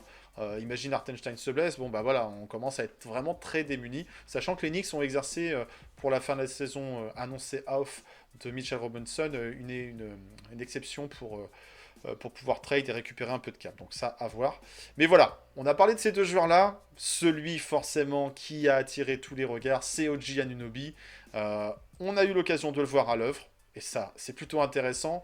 Est-ce que les Knicks ont bien fait de casser entre guillemets leur tirelire avec RG et IQ pour OG Anunoby? Un profil de joueur qui est un profil two-way, alors pas two-way contract, mais qui peut jouer des deux côtés du panier. Ça, on l'a vu tout de suite. Mm. Il était All NBA défensive second team, hein, si je dis pas de bêtises. C'était Team. second ou c'était first? Second team cette année, ouais. Second team. Second Donc team. voilà. Donc des qualités défensives reconnues. Une polyvalence surtout. Un joueur qui peut Ah ouais. jouer 2, 3, 4. Pourquoi pas 5 si on joue vraiment du ultra small ball. Poste 1, tenir des postes 1, je sais pas, à voir. Faut pas qu'il soit trop rapide non plus. Mais tout de suite, on l'a vu à l'œuvre. Il a été bien accueilli à New York. Son numéro 8 est tout de suite a tapé dans l'œil de pas mal de gens. Et puis rapidement, il s'est montré dans ses qualités, à savoir être capable de shooter à 3 points, dans le corner ou quasi, être capable de jouer en transition, être capable de couper au panier, être capable de bien défendre. On l'a vu sur Anthony Edwards, qui a été bien bloqué, bien gêné. Alors il y a eu des problèmes de faute sur OG. Bon, Ben, t'as vu il y a la des stat problèmes de justement faute. qu'ils avaient ressorti sur Anthony Edwards. Parce que évidemment, t'as toutes les stats que tu veux. Donc, OG Anunoby donc, a défendu pendant 13 minutes 12 sur Anthony Edwards, donc pendant 68 possessions. Et pendant ces 68 possessions, donc Anthony Edwards a été à 4 sur 14 au shoot. Et il a perdu 3 ballons. Donc pas mal Pas pour mal. un premier match test. Alors bon, Pas mal pour un il mec avait, qui nous en a calé quand même 35 dans le match, quoi. oui, oui, en plus, ouais. Donc beau boulot de la part de OG. On l'a vu, c'est plutôt ces highlights offensifs pardon, qui auront tourné dans un premier temps avec ces petits dunks sur des passes de Dante DiVincenzo. Une belle connexion déjà avec les joueurs. Alors ouais, il devait déjà connaître le playbook Ça va des se Knicks créer. puisque l'assistant coach est parti avec quand il est parti à Toronto. Donc ça là-dessus, Ça aide. c'est CP de Knicks Fan TV qui a ressorti ça sous tweet, mais effectivement, il s'est vite adapté, il s'est vite trouvé C'est vrai. comme un C'est poisson vrai, dans j'avais l'eau. pas pensé. C'est un joueur à un profil défensif, donc ça, Thibodeau, forcément, il va l'aimer. Il l'a fait tout de suite jouer quand même pas mal. Il termine à quoi? 17 points Et sur heureusement son qu'il a premier 6 match, fautes un beau parce que ça aurait pourcentage. été le plus gros temps de jeu. Et il termine deuxième meilleur scoreur des Knicks après Julius Randle Ouais. sur son premier match, sur son début à New York. Donc ça c'est très bien. Ce soir, dans la nuit donc de mercredi à jeudi, il y aura la réception des Chicago Bulls. Tiens, on parlait de Teddy Drummond tout à l'heure. Et donc on espère voir encore un match aussi abouti de la part de OG. C'est pas un joueur du profil Ben, j'ai envie de te comparable dire. à RG, hein, on est d'accord. On est d'accord. On n'est pas, même s'il lui a pris Non. sa place dans le starting 5, poste pour poste, il joue au poste 3. On n'est pas sur les mêmes qualités de joueurs. On n'est pas sur un joueur qui va trop scorer. Il faut s'attendre à du 15 à 18 points, peut-être de moyenne Oui, de 15 points OG. de moyenne. Peut-être, voilà. Mais une présence défensive qui va être vraiment différente, surtout Il est que recruté pour ça. ces derniers temps, New York, on prenait l'eau Valise. Il y a eu des blowouts, il y a eu des back-to-back qui ont été compliqués, il y a eu des road trips un peu délicats ces derniers temps. Mais voilà, on prenait beaucoup de points. Alors effectivement, Dante a pris la place de Grimes dans le starting five, mais on sentait que bon, la défense était plus aussi régulière chez les Knicks qu'elle a pu l'être en début de saison. Donc voilà, c'est un apport défensif. On perd peut-être d'un point de vue offensif. Et encore, faut relativiser vis-à-vis de RG et surtout de IQ, mais on retrouve peut-être un apport défensif dans le starting five avec la présence de OG et surtout une polyvalence. Moi, c'est ça que j'aime beaucoup, c'est de voir un joueur qui va être capable de tenir différents match-ups, qui va pas demander beaucoup le ballon. Et ça, derrière Bronson et Il est Randle, costaud, hein. il Il n'y en a est... pas beaucoup. Je, Physiquement, je le voyais il est pas, je le voyais pas aussi costaud. C'est waouh. est plus mobile que C'est RG, une, j'ai l'impression en plus. En tout cas, c'est c'est pas la une même belle mobilité. bestiole, quoi. Donc lorsqu'il va falloir rejouer des Tatum Brown côté Celtics, lorsqu'il va falloir rejouer Ça lui Giannis fait pas côté peur. Bucks, ça va être bien de pouvoir disposer de cet ailier qui est capable T'as vu justement là, d'avoir ses sur, missions défensives, sur quoi. certaines séquences, c'était assez intéressant à un moment donné quand justement quand il défend sur 4, tu te dis ok, Ouais, et le défi physique il est là, hein, il recule pas quoi. Parce qu'il est fort, il est fort sur ses appuis, il a des épaules de malade, enfin il a un body énorme, enfin c'est vrai que je le voyais pas parce que c'est vrai qu'on les Raptors on les voit que quand ils jouent contre nous, après on les voit pas non plus. Et c'est vrai que là, bon, on s'est plus focalisé sur lui, c'était le nouveau jouet, quoi, le nouveau joujou de Noël.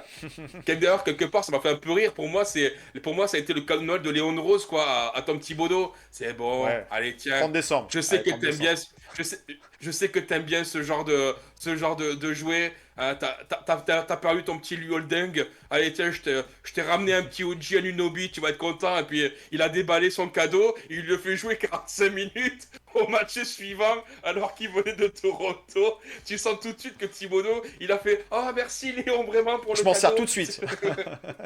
Oui, oui, Pas de je période m'en sers tout de suite. d'adaptation, voilà. Pas de load management, ça c'est certain. Et puis bon, voilà, Je peux le faire jouer 40 minutes? Oui, Léon, oui, Tom, tu peux le faire jouer 40 minutes. Ah Oh, mince, merci il a pris Léon. 6 fautes. Mince, il a pris 6 fautes, dommage. Sinon, je l'aurais bien utilisé encore un peu plus. Mais effectivement, un match test déjà important, primordial face à Minnesota. Alors, on va pas rentrer dans le détail du match. Ça, on vous donnera rendez-vous lundi prochain sur KNF TV pour parler des Knicks au sens large. Là, on est sur l'épisode où on fait le focus sur les joueurs du trade.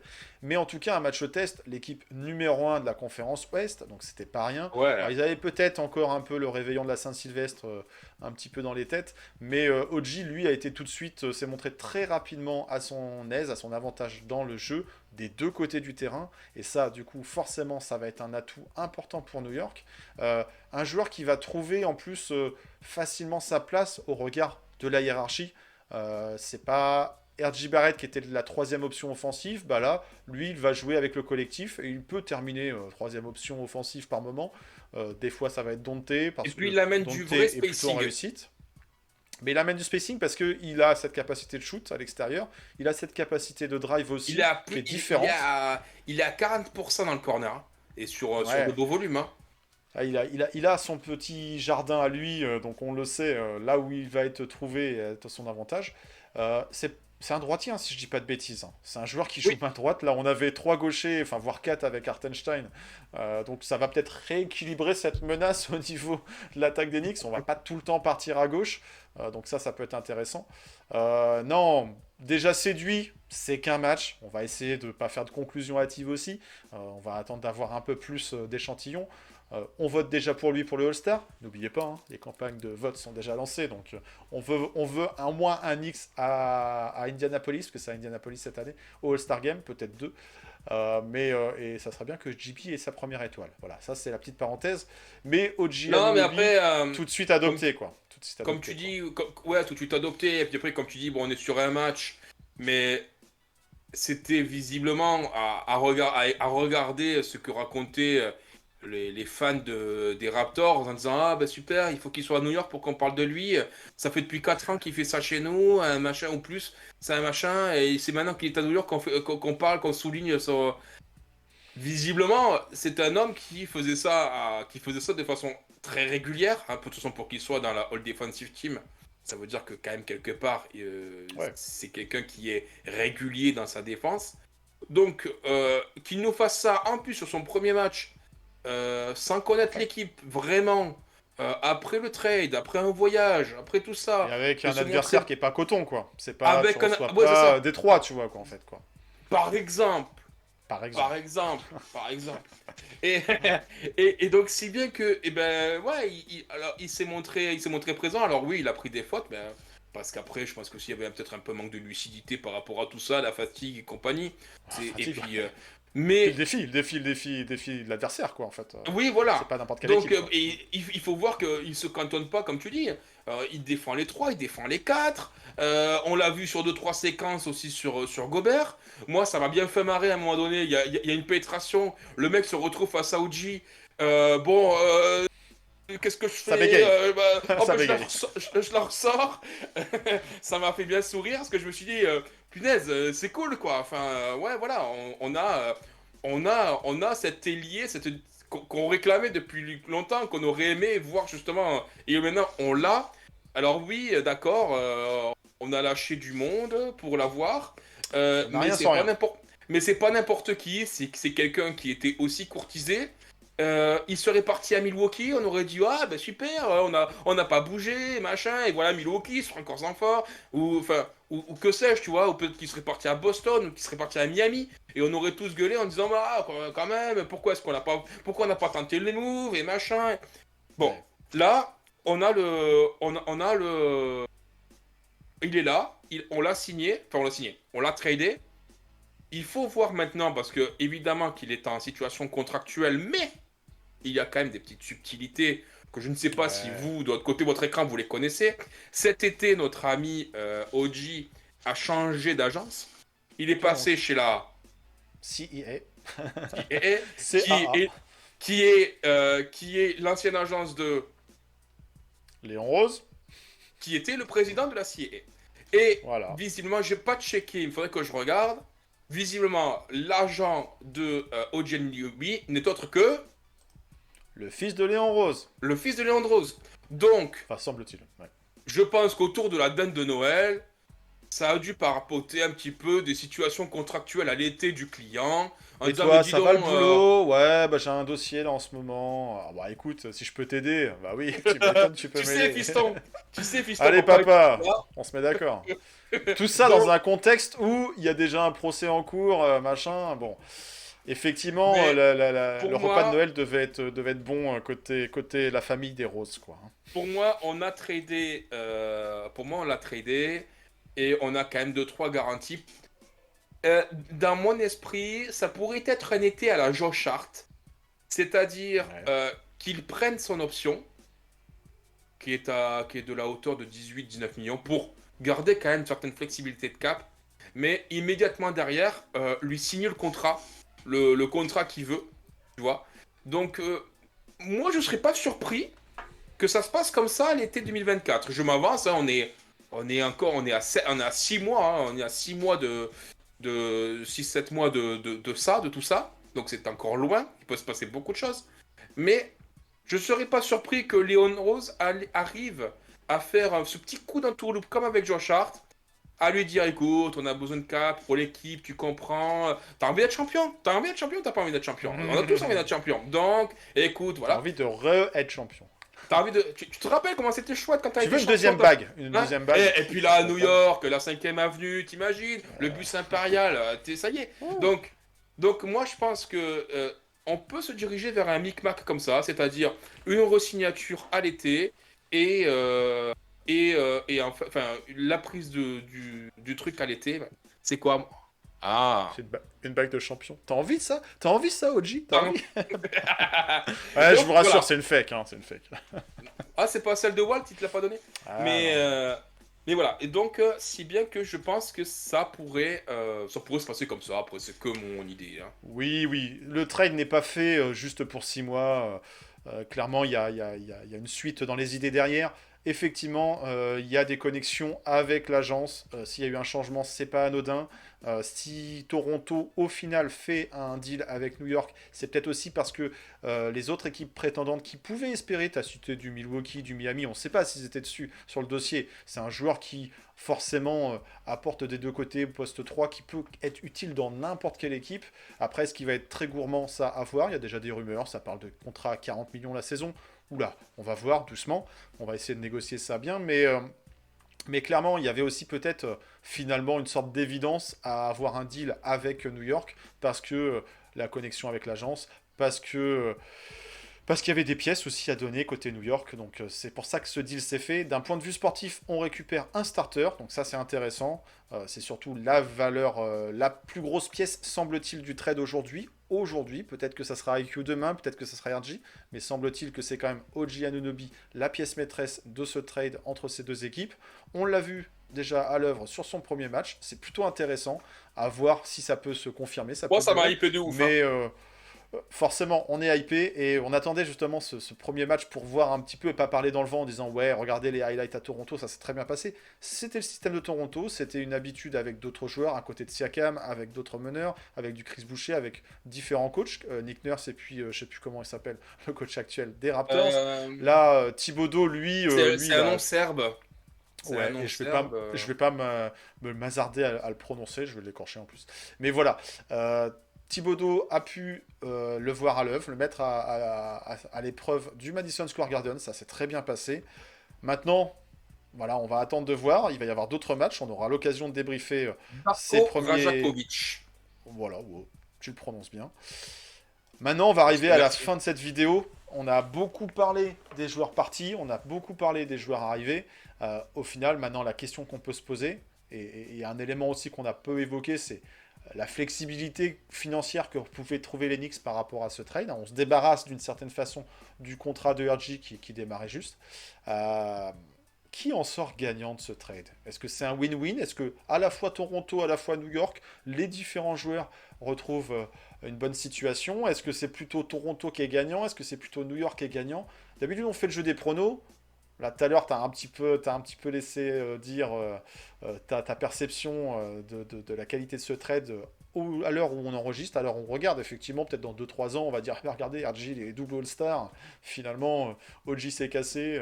C'est Toronto qui a gagné. Bon, là, on n'a pas une boule de cristal pour pouvoir dire qui gagne, mais à cette saison, à l'époque de cette saison, dans l'état où les deux franchises sont, qui ressort gagnant de ce trade?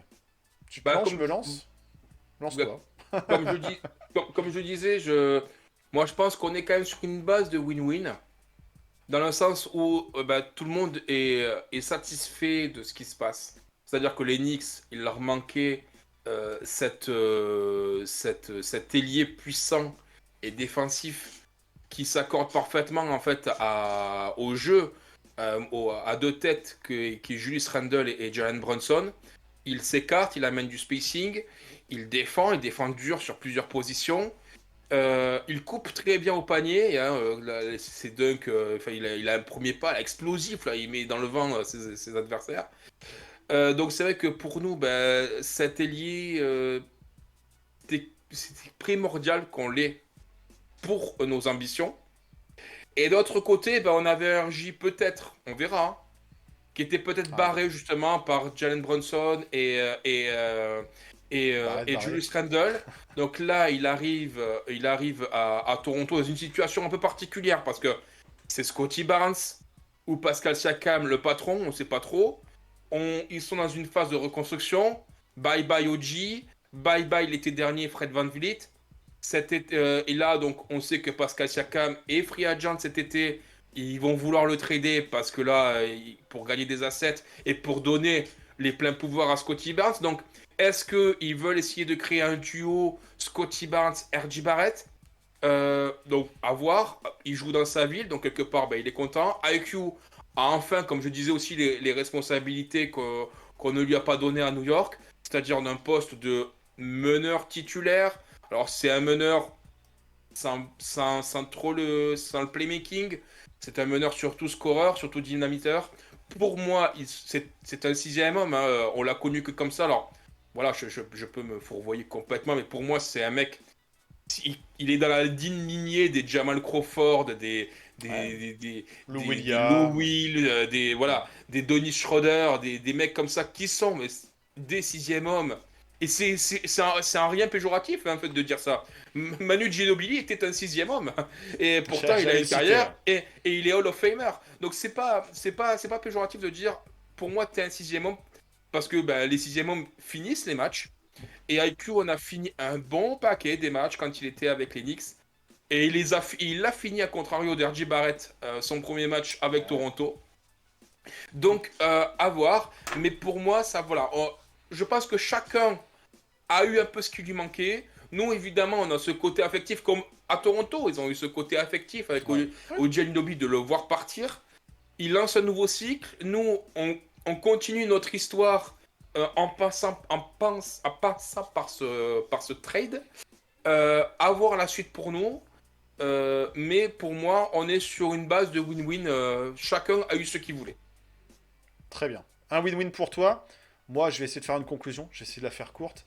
Effectivement, au premier abord, il y a l'affectif. On perd deux joueurs majeurs du dispositif d'Enix, même si RJ semblait arriver peut-être à une limite d'utilisation dans l'effectif actuel, dans la construction d'Enix. IQ, on pouvait espérer des choses, mais voilà, il y a une situation contractuelle qui faisait que le sujet allait revenir sur la table. Il allait falloir faire des choix. Si c'est pas lui, ça aurait peut-être été Grimes qu'on aurait dû sacrifier un peu plus tard et dans un registre d'utilisation sportive différente. Donc voilà, on perd deux joueurs majeurs, on en récupère un, on récupère des petits joueurs qui dépannent, donc clairement, mais on a gardé des assets, on n'a pas non plus dilapidé tout un tas de choix de draft, même s'ils sont protégés, je crois que l'été dernier, Massa il voulait jusqu'à 5 choix de draft pour OG, 3, donc non, on n'est 3, 3, clairement 3, pas... 3. 3. Il 3, voulait déjà 3 3 first pick. 3 first pick, il voulait. beaucoup. Hein, 3 c'est beaucoup. Donc là, non, on a perdu deux joueurs et un Est-ce second que tour. Emmanuel Quickly vaut 3 first pick? Je sais Ou, pas, je sais pas. Ou RJ, voilà. ou bon, bref, non, RJ c'est un troisième choix. C'est un Bref, troisième tout choix. ça Ce que je pour veux dire par là, que c'est que, ouais, bah, on savait de toute façon que ça trade value allait baisser à OG Anunoby allait au fur et à baisser mesure. au fur et à mesure de l'arrivée de la trade deadline et de la fin de sa saison et de son contrat. Donc c'était peut-être le bon moment pour faire le deal. C'est le bon moment parce qu'en plus il y a du temps. Voilà, on est qu'en janvier, on n'attend pas un mois avant de faire ce deal. Donc il y aura des matchs sur lesquels on va pouvoir utiliser ces joueurs. Donc ça c'est très bien. Est-ce que c'est un deal avant un autre? Ça, je sais pas, on verra. En tout cas, ce qui est sûr, c'est que New York a encore des assets, a encore le contrat d'Evan Fournier à gérer. On a du Comment cette pic et du situation cap à va se fournir. faire? C'est énorme. On a C'est du énorme. pic et Est-ce que du ça cap. veut dire que le marché n'est pas fini pour New York? À voir. Ça va être compliqué d'aller chercher un Donovan Mitchell maintenant. Ça va peut-être être compliqué d'aller chercher un Dejounte Temore Eh ben, qui était dans les rumeurs. À eh ben, je voir, sais à pas. voir, à voir. Parce que, comme je te Là-dessus, dis, on a du pic et du cap et on n'a pas rien. C'est quand même énorme. On a du cap avec Evan Fournier à donner et on a du pic parce qu'on a encore tous nos pics en propre et les pics évidemment protégés qu'on a récupérés, c'est mais qui ça. ont quand même une certaine valeur. Donc on a quand même encore des choses à fournir. On n'a pas rien et dans le cadre d'une reconstruction du pic et du cap, c'est ce que les équipes cherchent en fait. C'est ce que les équipes cherchent, donc à voir qui aurait besoin de ça. Il y a plusieurs équipes qui ont entamé une saison de façon plutôt mauvaise et qui pourraient être enclins d'appuyer sur ce bouton reset et récupérer de la marchandise utile pour l'avenir. Donc ça, les Knicks peuvent pourquoi pas être un bon client. Dans un premier temps, cette histoire de on perd de l'affect et on perd deux joueurs pour en récupérer un, on pourrait se dire voilà, il y a un déséquilibre, mais finalement New York renforce, reconsolide son roster, retrouve une présence défensive et ça on en avait besoin parce qu'on en avait perdu ces derniers temps. On tourne la page à RG, il y a de l'affect. On tourne où on dit au revoir à IQ alors que peut-être qu'il y avait mieux à faire. Donc il y a de l'affect qui part. Mais effectivement, je serais plutôt sur un deal gagnant-gagnant parce que on les envoie là où ils sont heureux d'aller. Finalement, RG et IQ, on les retrouvera assez régulièrement parce que c'est la conférence Est. On leur souhaite le meilleur, mais pas trop non plus parce qu'on a envie d'être devant eux à la fin de chaque saison, c'est certain. Et OG Anunoby, bah, on retrouve un ailier dont on avait besoin parce que oui, c'est ça qui manquait. RG, c'était pas ce profil. RG, c'était peut-être un peu plus d'apport offensif, mais peut-être moins défensif. Et finalement, l'ADN aujourd'hui de cette équipe, elle est aussi portée par un Tom Thibodeau. Et Tom Thibodeau a besoin de joueurs défensifs. Et avec l'absence de Mitchell Robinson, bah, on a senti quand même cette absence. Donc voilà, on va peut-être retrouver une meilleure dynamique, un meilleur équilibre dans l'équipe avec plus de défense, avec plus de polyvalence, avec une meilleure armement quand il faudra affronter des Tatum, des Bucks, les Sixers, pourquoi pas. On a envie de venir titiller, chatouiller ces équipes. On n'est pas pour moi aujourd'hui à ce niveau-là. On n'est pas, avec l'arrivée d'OG, on n'est pas classé dans les contenders, loin de là. Il faudra des joueurs d'un autre calibre ou des performances Non, on est toujours à la surréelles bagarre. parfois pour l'être. On est à la bagarre avec Orlando, Miami, Indiana et Cleveland pour les places Voilà. 4, 5, 6. Au mieux, on finit 4. Au pire, on finit 6, 7, 8. Bon, on verra tout ça. Mais en tout cas, les Knicks, est-ce qu'ils se ressortent plus forts de ce trade? C'est mieux équilibré, mais mieux pas équilibré. forcément plus fort. Donc voilà, donc un deal gagnant-gagnant. En espérant que ça soit pas un deal perdant à la fin de la saison où on se rende compte que finalement les Knicks ont perdu plus que non gagné avec l'apport d'Ochi. Mais pour l'instant, ça semble un deal gagnant-gagnant. Et puis, il faut le dire, on va essayer de rester sur cette bonne première impression. On tape l'équipe numéro 1 à l'ouest, Bien chez sûr. nous, au Madison Square Garden. Donc comment ne pas être satisfait de cette prestation? Il va falloir reconduire cette Être prestation. fan d'Oji Anunoby. Mais oui. On Et puis va on retrouve être de fan. la flexibilité sur le cap. Donc il faudra prolonger OG, ça c'est certain, ça va se faire au bon tarif, on l'espère. Mais voilà, ça va redonner un petit peu de marge de manœuvre peut-être à Léon qui regrettait peut-être finalement ce contrat de RG et qui voulait pas tout claquer sur IQ. Il n'avait pas le choix, il fallait Donc, le signer, il n'avait pas le choix. Par contre, voilà, ne vous attendez pas. Enfin, moi je m'attends pas à un gros move maintenant en cours de saison. Éventuellement l'été prochain, on verra. Si on tourne la page Julius, on Non, verra. je Si on pense sera en que playoff. là, mais- on est peut-être plus sur De l'ajustement. des moves mettant en place avec des seconds tours. On a quelques seconds tours pour aller chercher des petits mecs ici ou là. Pour, voilà, ça murmure des Clarkson. Rééquilibrer la seconde unit, peut-être. Ça murmure des noms comme ça. Je sais que pendant un temps aussi, on avait entendu Buddy Hield. Ça murmure des noms comme ça, des mecs qui sortiraient justement parce que on l'a vu au match contre Minnesota, un manque de création, un manque de dynamisme en sortie de banc. Et évidemment, t'as plus Quickly qui arrive et qui te sort 15 points par match.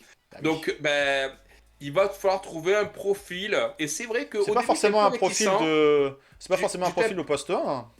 J'étais un peu réticent, mais c'est vrai que un Clarkson serait tout son sens en sortie de banc chez nous. Quoi. À voir si on envoie, pourquoi pas Evan. Surtout que visiblement, ils en demandent 2 tours, 2 seconds tours, je crois, un truc comme ça. 2 ou 3. Ouais, bon, ça on doit avoir. C'est cadeau, ça c'est. C'est cadeau. Bref, affaire à suivre. En tout cas, Léon a encore des assets. Est-ce que Léon va utiliser ces assets là d'ici février? Il s'est toujours montré actif avant la deadline. Là, il s'est montré très actif avant, beaucoup plus tôt que prévu, puisque c'était directement fin décembre. En tout cas, nous, on va continuer de suivre ça. Pour l'instant, on est conquis, on est convaincu que c'était un bon move. Il y a de l'affect, effectivement, en voyant 2 joueurs partir, mais tout de suite, on a adopté OG. Pour ce qui concerne Malachi Flynn et Precious Achiuwa, on va attendre avant Les d'être gars, conquis par eux. Comme je dis, vous lancez pas dans un projet Vous avez immobilier. encore vos preuves Ne à faire, commencez pas mais- à visiter des appartes. Mais globalement, on est plutôt content de ce trade. On est plutôt content de ses premières prestations. Donc on va lâcher un gros pouce. N'oubliez pas de lâcher un gros pouce sur cette grosse vidéo. Il fallait prendre le temps de débriefer ça. Il y avait quand même pas mal de facteurs à prendre en considération. Et puis on va vous donner rendez-vous quand ça, tout simplement lundi prochain sur Lundi. KNF TV. Et ben oui, on va revenir finalement assez vite. Là, on est sorti de vacances plus tôt. Bon, on va y retourner un petit peu. Et puis on vous donne rendez-vous lundi pour un nouvel épisode de Avenix Week sur parti. KNF TV. Là, lundi, Et on c'est aura un reparti paquet sur de matchs à playoff. débriefer. Ouh là là là là. Et là, c'est reparti pour playoff. Il y aura quand même un Break to All-Star. Et puis, la KNF va partir en voyage En fin voyage. février pour voir C'est OG. vrai. Bah ouais. Bon, d'ici OG, là, cassez portez-vous la bien. Encore une fois, tous nos meilleurs vœux pour cette nouvelle année 2024. Léon nous a fait un petit cadeau avant l'heure, donc on va en profiter. On vous Il a souhaite surtout fait plein de cadeau à bonnes choses, Thibaut. le cœur et tout, ouais, comme tu fais avec les doigts. À bientôt, voisins du dessous. Hein, Eh ben, lundi, doucement encore écoute, sur les fêtes de fin d'année. Profite bien du Profitez jusqu'au week-end. bout. Fin d'année Et, du week-end. reviens frais et dispo. Voilà, avec la galette des rois. Allez, on sait pas, peut-être. Allez, portez-vous bien. Bonne semaine, bonne fin de semaine à toutes et à tous. Et puis, bah, let's go Knicks. Let's Ça qu'on dit. go. C'est comme ça. Allez, ciao ciao.